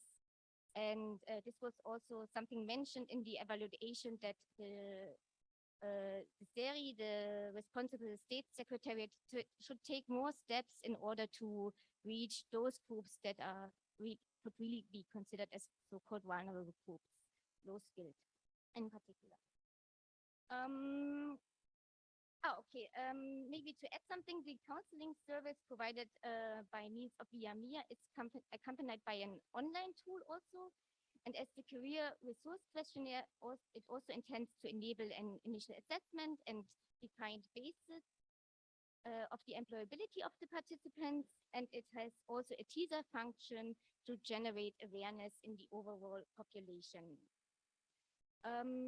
Additionally, the tool can be used by counselors to conduct a triage of participants. For example, if some of the counselors have a specialization in some industry sectors or as regards specific target groups. The online tool of VIA-MIA consists of 3 modules: the resume section, the career resource questionnaire, and as well a section or module on labor market trends.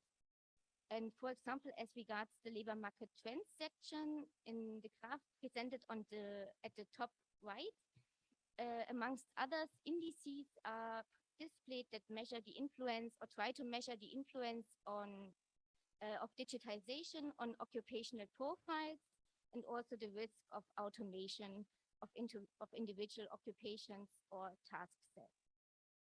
The online tool is hosted at the internet portal of the Swiss Conference of the Heads of Vocational, Academic and Career Guidance since 1st of April of this year and can be used free of charge. The last example I would like to present is still in its concept phase, but maybe I can nevertheless spend some words on it as an outlook. This is the project called Instrument to Identify Occupations and Competences, IEKB, based on an existing online tool called RICRAC. And the background of the project is positive study results in the use of competence-based matching in employment services. For example, Belo et al. Have developed a tool that modifies the job search process by providing tailored advice to job seekers.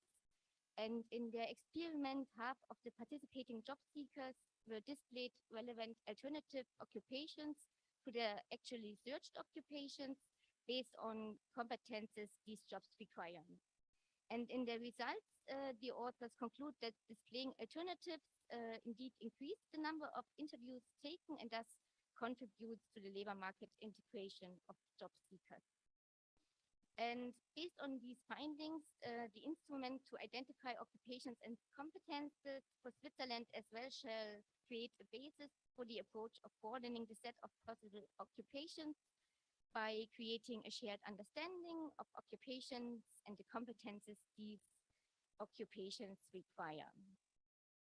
And with that, I would also like to come to my provisional end. The examples presented do not claim to be exhaustive. There are certainly more projects in Switzerland that are worth to be looked at. And another example from another policy area is a project of the Immigration Policy Lab of the ETH in Zurich in cooperation with the State Secretariat for Migration on the distribution of refugees based on labor market indicators in cantons.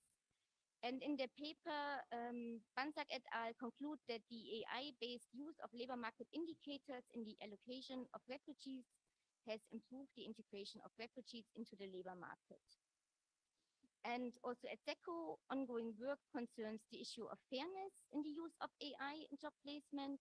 For example, we would very much like to be prepared for cantons to take an interest in the implementation of AI in the placement of job seekers.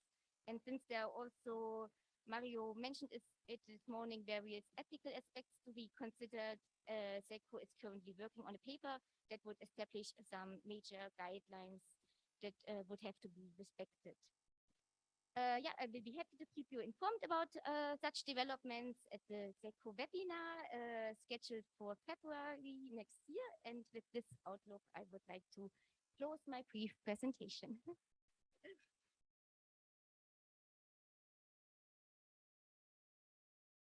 Thank you very much, Dorit, for this presentation about the ongoing projects in Switzerland. Are there any questions to the Swiss case? One question over there.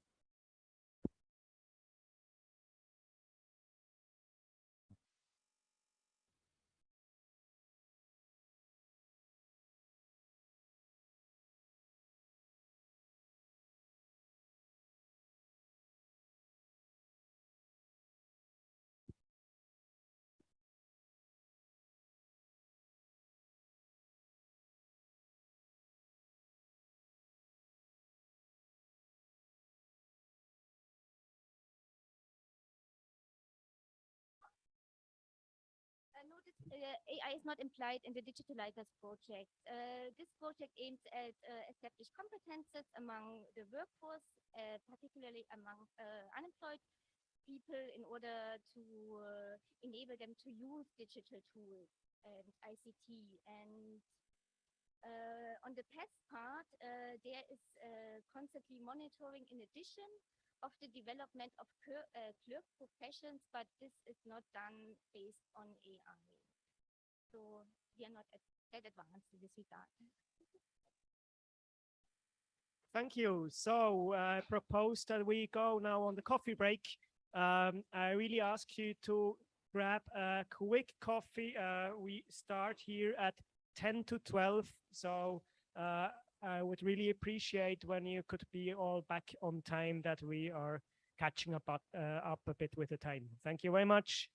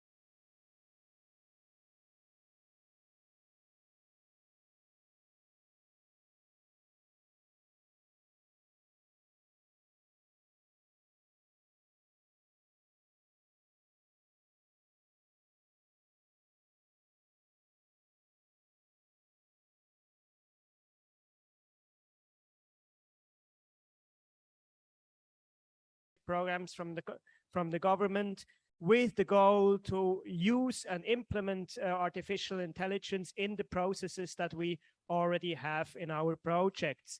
Also the idea of enhancing the digital skills of the people and making better use of e-services and modernizing the whole communication between the job seekers and the government officials. Now we're going to see different pictures when we move on to our next case of the Basque Country, where we really see the implementation of our artificial intelligence in one big project, where it is all going to be about profiling and the profiling tool of the Lambide. So I just pass on the word to Borja.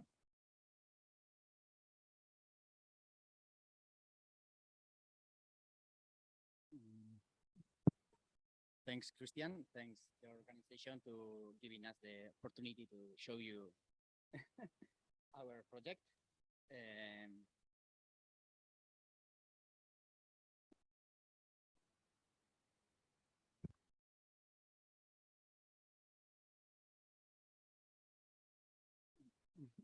Okay.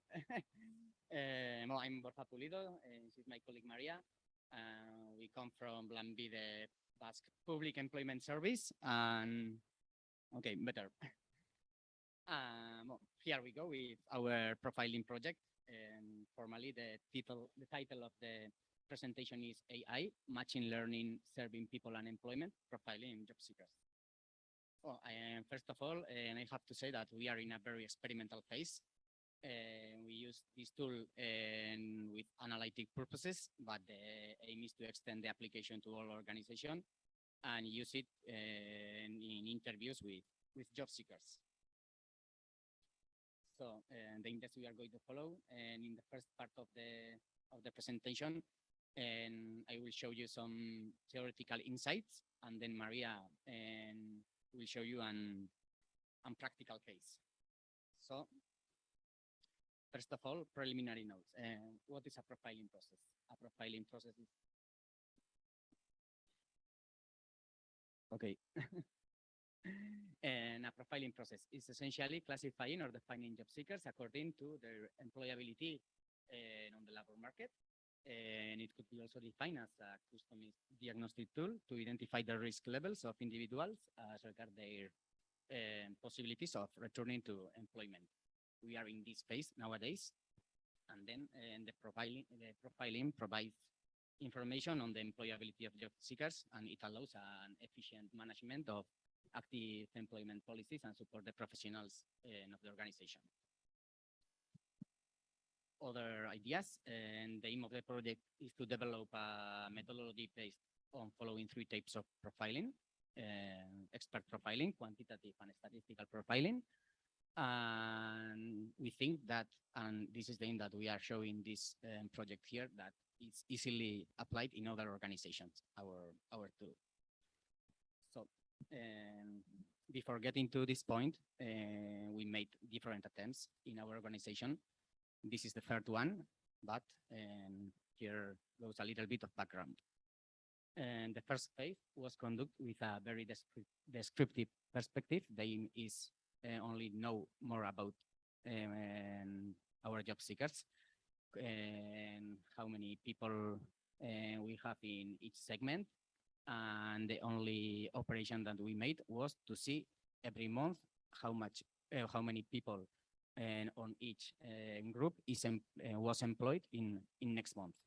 5 out of 100, 5% of employability index. Really simple idea. And in the second profiling had a more analytic component, and the technical office applied a second classification layer based on child decision trees, and to the first predetermined job seeker segmentation. The main difference between the first attempt and the second one: in the first attempt, based on our experience, the technical office decided what were the more significant variables in terms of employability. So age, academic background, gender, have or not a subsidy, based on our experience. And then And then, sorry, in the second profiling process, we used child decision trees, and the system or the decision tree set us what were the more significant variables. For example, it's a example, it's not the reality, but for example, we in the first phase, and we thought that have or not a subsidy was significant in terms of employability. But in the second phase, maybe using the decision trees, we didn't see any significant difference between have or not a subsidy. So we dismiss this variable and in terms of employability, and we don't use it in our profiling tool. Now we are in the third attempt, and the aim is to build on the second phase, but automating the whole process. And this is the aim, to use artificial intelligence. And this way, this tool, artificial AI, bring us different benefits, like us. And we build up a more dynamic model, a model that is able to self-learn and adapt to the changing circumstances, a model that is scalable and therefore allows the introduction of new information levels.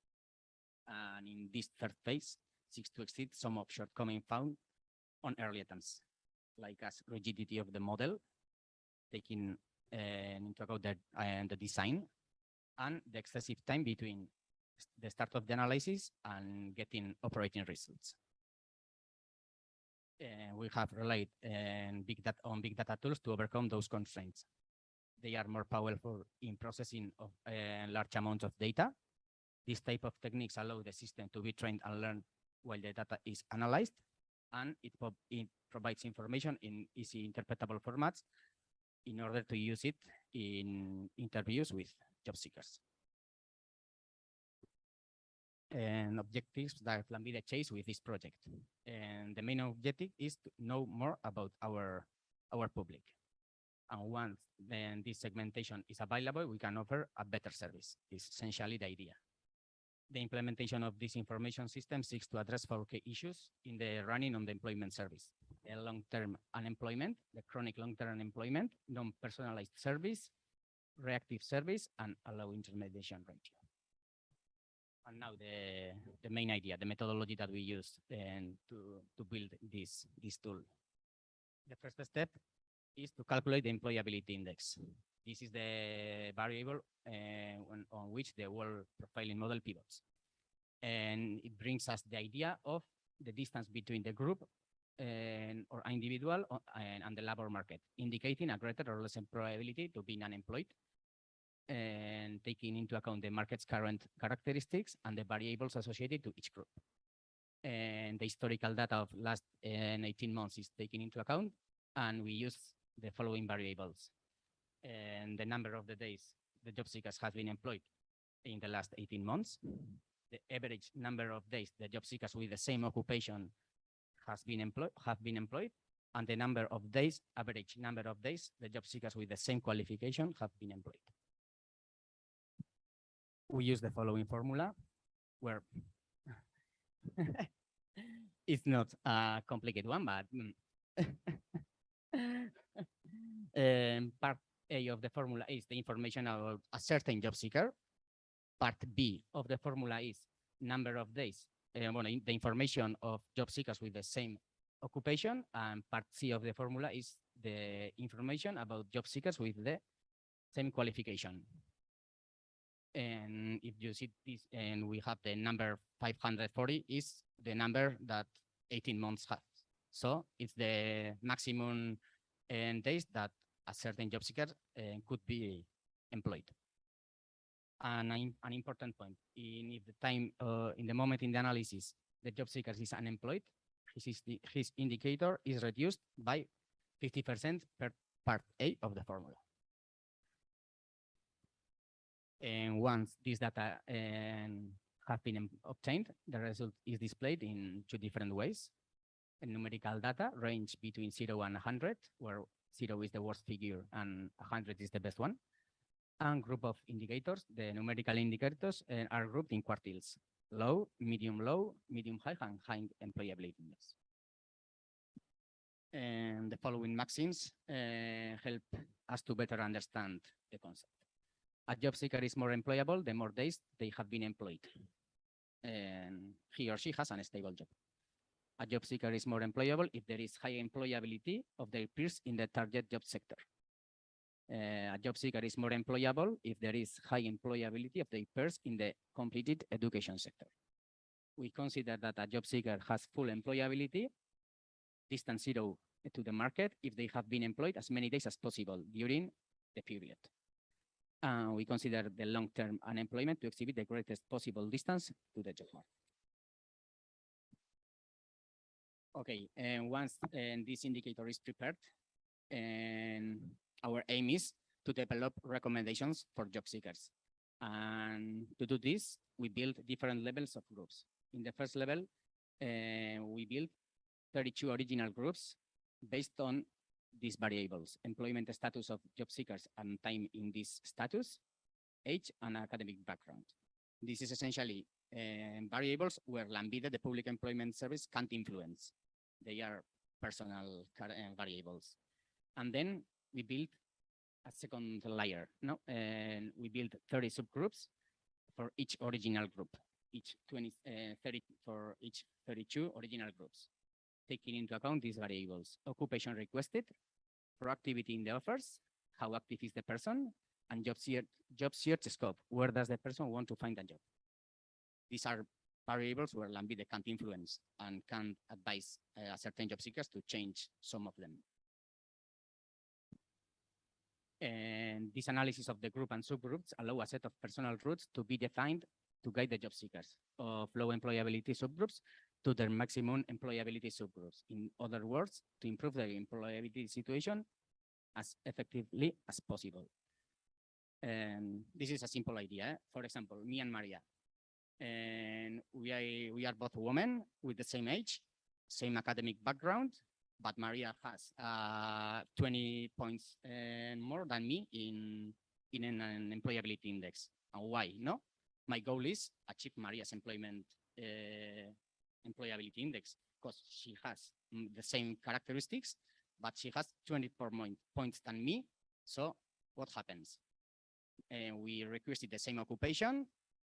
We are the level of proactivity is the same, but the only difference is that Maria are searching a job in her region, but in the neighbor ones also. And in my case, only I am searching a job on my region only. So advice for me, a simple example, advice for me, extend your scope. In maybe for your occupation, your region is not the best one, so you have to extend your scope and go to neighbor regions. Maria now showed you a better practical case, but it's a simple idea. Oh. And last slide. Taking into account that we build these subgroups based on these three variables, the recommendations will be in this direction. In this way, will be at times to be proactive in job offers, other times change the search of for occupation towards others with better employment prospects, or change the job search scope. But Maria now, I think that will show you a better practical case.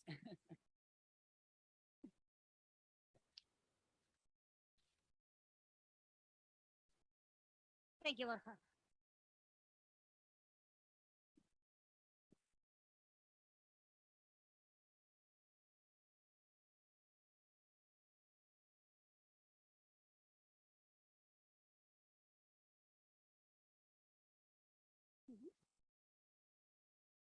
Yeah, well, thank you very much, Borja. Thank you to everyone. Well, first of all, I'm going to give some data. In the Basque Country, we have 1,050,000 active people. That means people that work or look for a job. 275,000 are registered in Lambide. From those, 111,000 people work but wants to find a better job. And that's why they are in Lambide. And the other 164,000 are unemployed. So they are all, these two groups are there because they want to receive job offers from Lambide or because they want to participate in Lambide's training programs or because they need to get benefits from the Basque government. Just some data. Okay, now I'm going to put like a fictitious sample to understand that formula, which is quite simple. Let's say we have a person, that orange person here, my person. This person is 35 years old. This person is unemployed. He has or she vocational educational training. And the last year and a half, he has worked for 150 days. That means that he has been unemployed for 100 days. The occupation he's requesting when she registers in Lambide is city bus driver, which has this long code within our system. This person looks for a work in the same city, and this person is not proactive at job search. We have in Lambide as well all these people in green who have vocational education training, and that in average they have worked 350 days. And we have as well in Lambide all these people in blue that desire as occupation, that are looking for, that they want to work as city bus drivers. And the last year and a half, they have worked 280 days. So the formula for the employability index is very simple. We just take the amounts of days worked by my orange person, multiply by 0.6, we ponderate by 60%. And we take into account as well the number of days worked by people with the same education, multiply by 0.2, and the number of days worked by people that want the same occupation and multiply by 0.2, divided by a year and a half, multiply by 100. So we have the employability index of this orange person would be 40. So now let's profile this person as a job seeker. For that, we do this table, which is quite simple as well. So my person is unemployed, could be working and unemployed. My person is unemployed. He's been without working the last year and a half, 400 days. So it would be in this part of the table. You can see days unemployed, more than 360.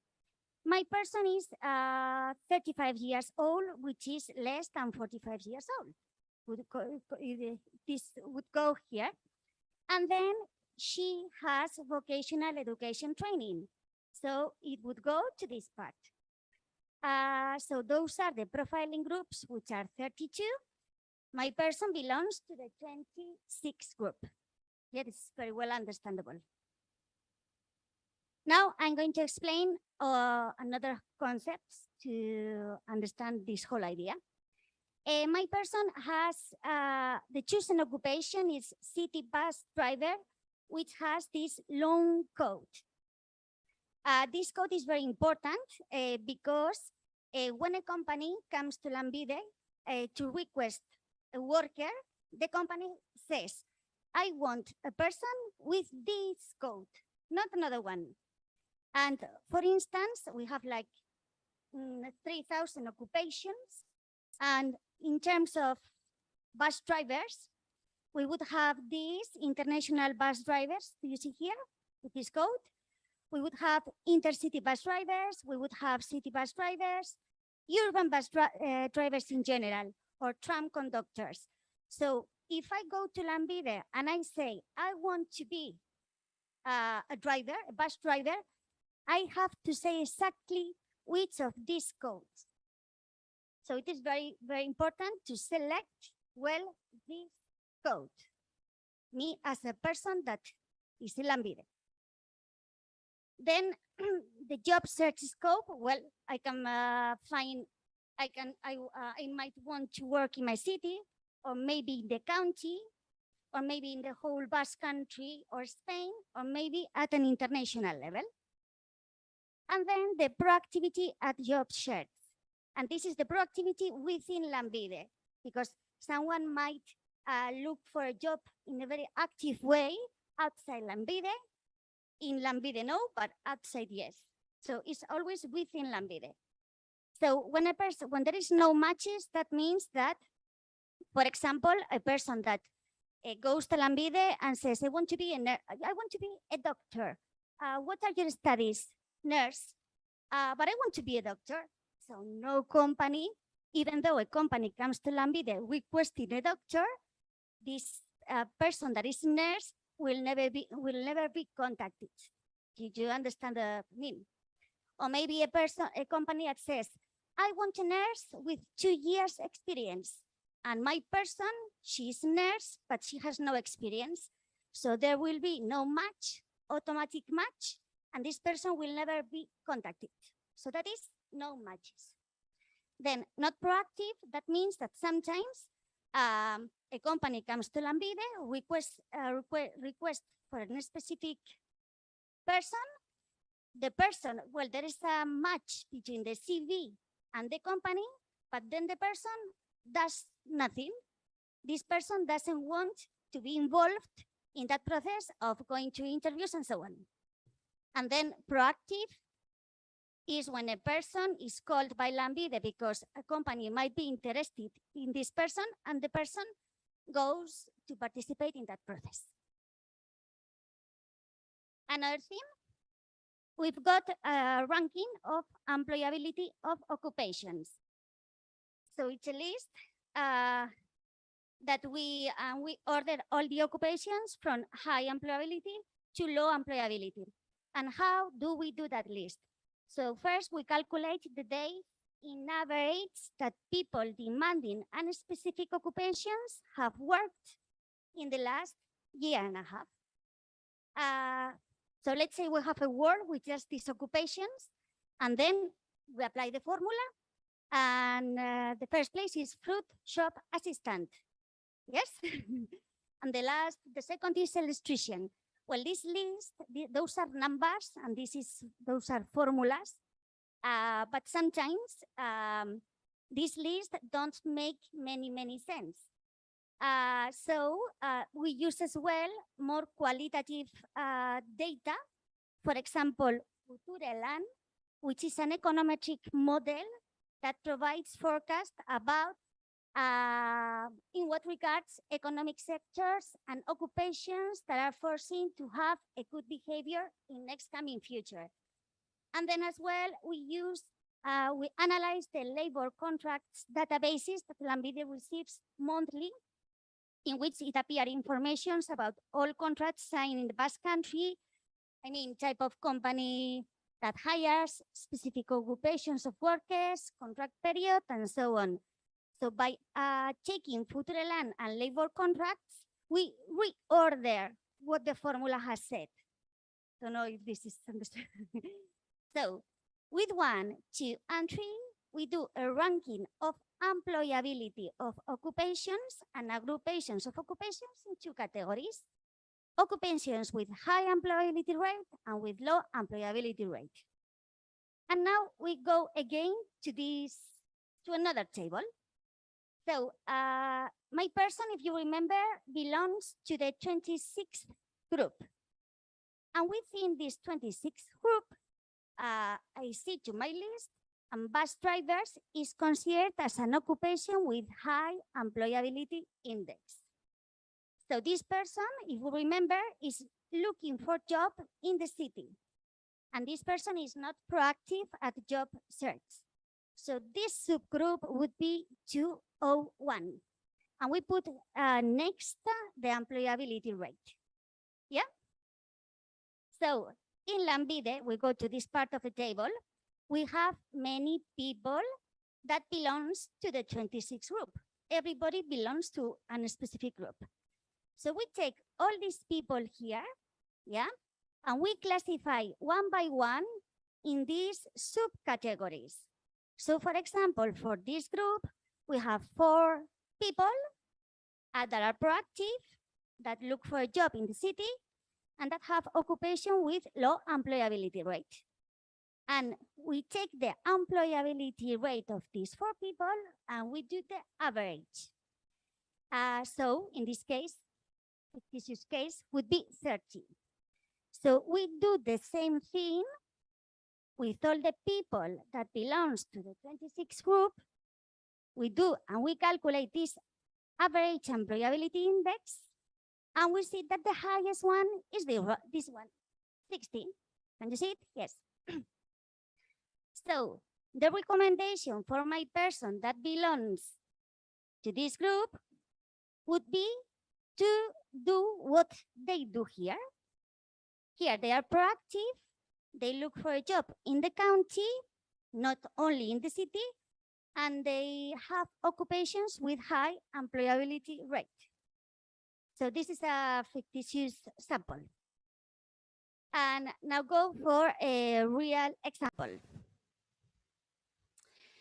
So we have Juan Alberto, and this person is not looking, he's occupied, but registered in Lambide because he wants a better job. This person is occupied.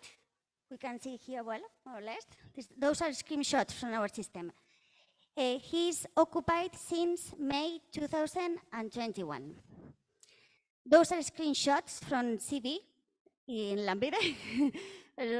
Well, this person is 44 years old, we can see there. He has studies, vocational education training, and yes, he did in 2001 studies to be technician in electromechanical machinery. And then 19 years later, he did studies to become a care worker in health services. My person, Juan Alberto,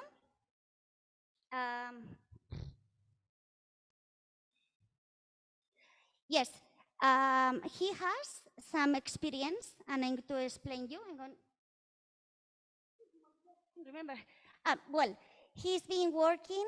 He worked in 2004, many years ago, as a cleaning staff, just for 4 months. He worked as a salesman for months, 15 years ago, and then for 5 years he was a waiter, and we don't have any more experience about him. Requested occupations of this person. This person, the first requested occupation is cleaning staff. He wants to be a cleaning worker. And the second occupation that he wants, Juan Alberto, is caregiver of people with disability at home. He wants to be that person that goes to someone's house to help him with everyday duties. Okay, and here as well we see that he's looking for a job in city San Sebastian, just the city. When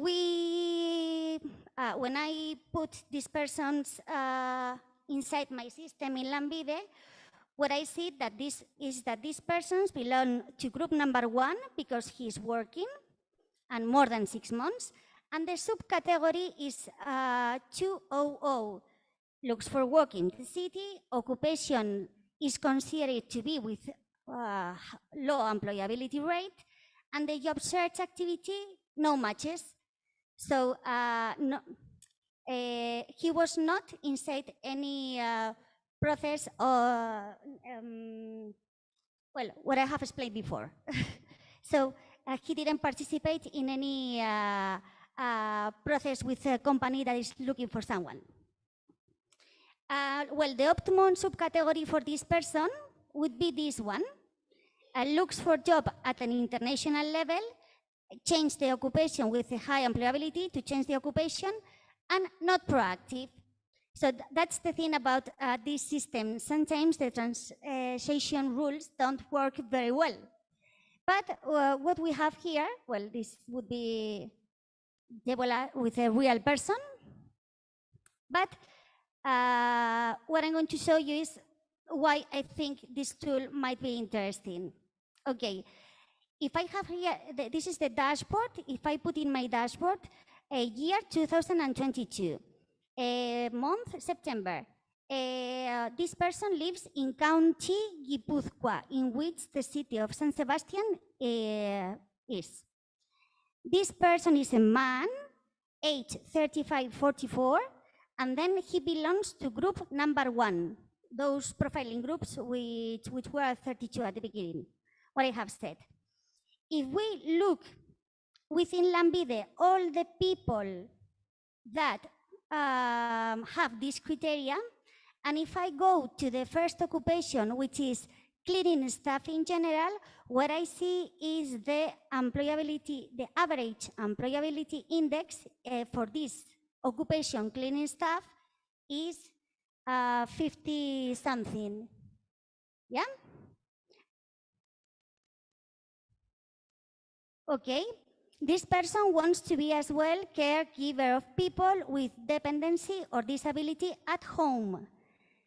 I go to my system and I see that the average employability index for this person, also for people that desire this occupation, is 65.72, which is lower than this number that this person has. But if I go to this occupation, which is caregiver of people with dependency or disability in residencies, no in homes, the employability index is going to be 73, which is higher than 71.52. So to summarize, Juan Alberto's employability index is 71. Even though he's now working, he's registered in Lambide because he wants to receive job offers from Lambide. In 2004, he worked just for 4 months as a cleaning staff. Even though that's a very small amount of time, and even though it was like long time ago, the first occupation he desires is cleaning staff in general. Well, he obtained it 2 years ago, a title to be caregiver of people with dependency or disabilities in residencies. Yeah? The average employability index for this occupation is 65. But by looking into the system, we see that people with this very similar occupation, but not at homes, instead in residencies, the average employability index is higher. So advices to Juan Alberto. First, to change wanted occupations. He has to go in first place to caregiver of people with dependency in residencies. Second place, caregiver of people with dependency at homes. And if he wants, in third place, cleaning staff, or maybe disappears, make it disappear. As well, look for jobs in County Guipúzcoa, which is a bit bigger than the city itself, not only in city San Sebastian, and this is always what we have to advise, be proactive at job search, not only outside Lambide, but within Lambide. If Lambide sends an email saying a company is interested in your CV, please contact Lambide. So you have to contact Lambide. And well, the final objective is that the career advisors that work in Lambide's employment offices use this tool in their interview with job seekers to lead them to the best opportunities that market is offering, analyzing at real time what is happening now, because this employability index is calculating every day without stopping. And we are still at an experimental phase, and the transition rules sometimes don't make a lot of sense, but it is important to have that transition rule and then to look in detail what that person has, how his or her CV is, the way we have done before. For it, the system has room for improvement Because, for instance, in Lambide, as in any employment service, we have a lot of variables for each person. For each person, we have the specific official titles or specific non-official titles, languages level, Basque, English, French, German. We have driving licenses available, IT skills, hard skills, soft skills, well, many variables. So once their importance have been assessed when defining the employability index, the aim is to gradually incorporate this or some of these variables to the model. And this methodology, as Borja has said, can be applied to any organization similar to Lambide.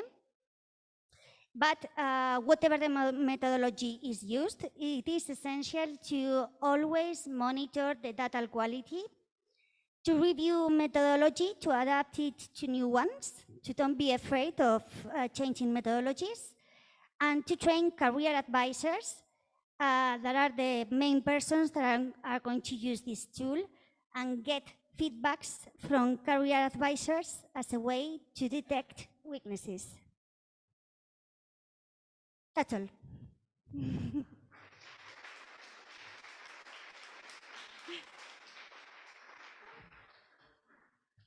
Thank you very much, Borja and Maria. Are there some questions? I think we see a lot of hands. Now we have a bit of a problem because I think the lunch break cannot wait too long. I think I can give you 2 questions. So please, who really has a very important question now, raise the hand. Michael.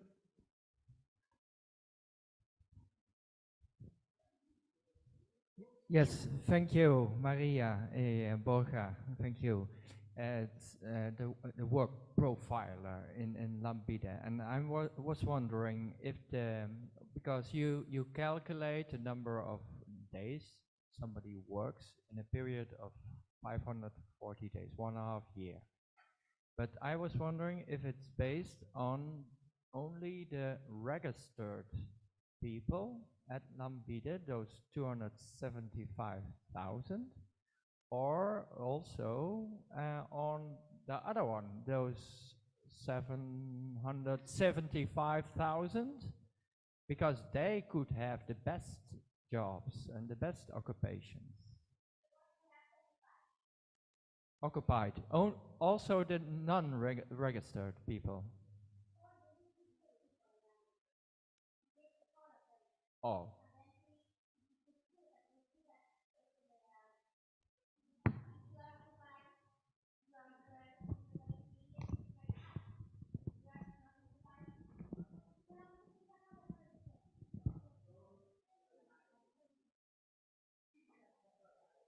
Now we take into account all the people registered in Lambide.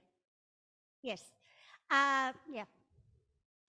So it might make sense. Maybe I cannot explain myself very well, but it makes sense. We'll talk.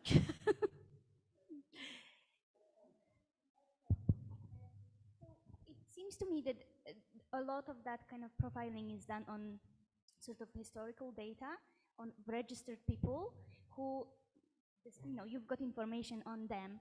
But is there a mechanism within this projection that kind of tries to capture an ideal person? So what if, the question is basically, what if whatever the people you've got in the system still have inefficient strategies? You're modeling on a sort of behavior that maybe could be improved there. So is there any checkpoint to have an ideal kind of, it can be also, doesn't have to be a realistic case, but it's like an ideal case of what would perfect person for an employer looking for a driver or a care worker look for, and therefore it could be kind of checked against the strategies that people employ to recommend whether what they currently do is effective or could be improved in terms of efficiency and effectiveness.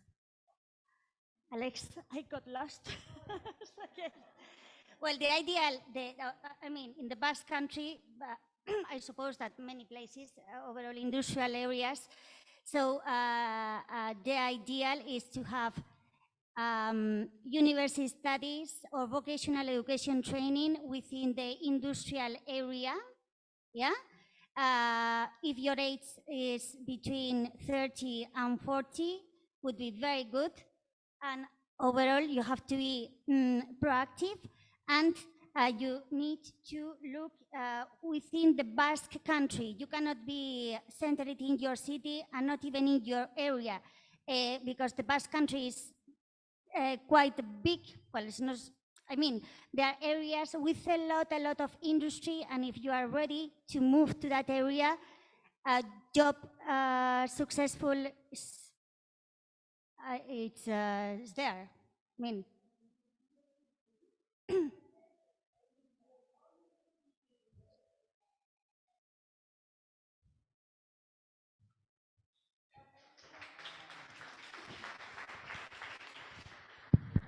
Is there another question or? Okay. You know, it was just to know what are the instruments that you are using to promote this system, because it's very interesting also for the Albanian labor market, and just to know if you have any instruments that you are connected with government or with donors who is financing or supporting you to promote this system, because the numbers in the first slide that you have mentioned is that the active number is quite big, and the actual registered persons it's not so big, because you are in the first stage of this in the experimental phase. And what are your programs to promote this system? yeah, well, I know the specifications I don't know very well, but well, you know if a person is occupied or not, Spain, and by what means I don't know. But to do this formula once and again with 300,000 people, we use the Oracle system, business intelligence. I don't know this Oracle business intelligence system. I don't know what if Oracle. Is that yeah? But is it helping you? I don't. Thank you very much. I propose that you can talk to each other again during the lunch break if you have more questions, or some people that didn't have the chance to pose the questions until now. Thank you, Borja and Maria, again for this presentation. I think it was very interesting to see how we can really use data and tools that analyze this data, and at the end it leads to clear recommendations for the job seekers that they can really use in their daily life. That's very impressive, thank you. Next on the program we would have the platform economy, but we're going to move that for after the lunch break. But that also means that we're going to shorten up the lunch break a bit. So you have now 1 hour time. I really ask you to be back here at 20 to 2 sharp, that we can go on with the program. And for the people who are already leaving now, on the way out, you can find contact sheets that you can use. I don't know where they are. I think there are contact sheets that the people can take if they're on the table on the way out. Okay, but I hope to see you again, or most of you, after the lunch break at 20 to 2, and I wish you a good lunch in the meantime.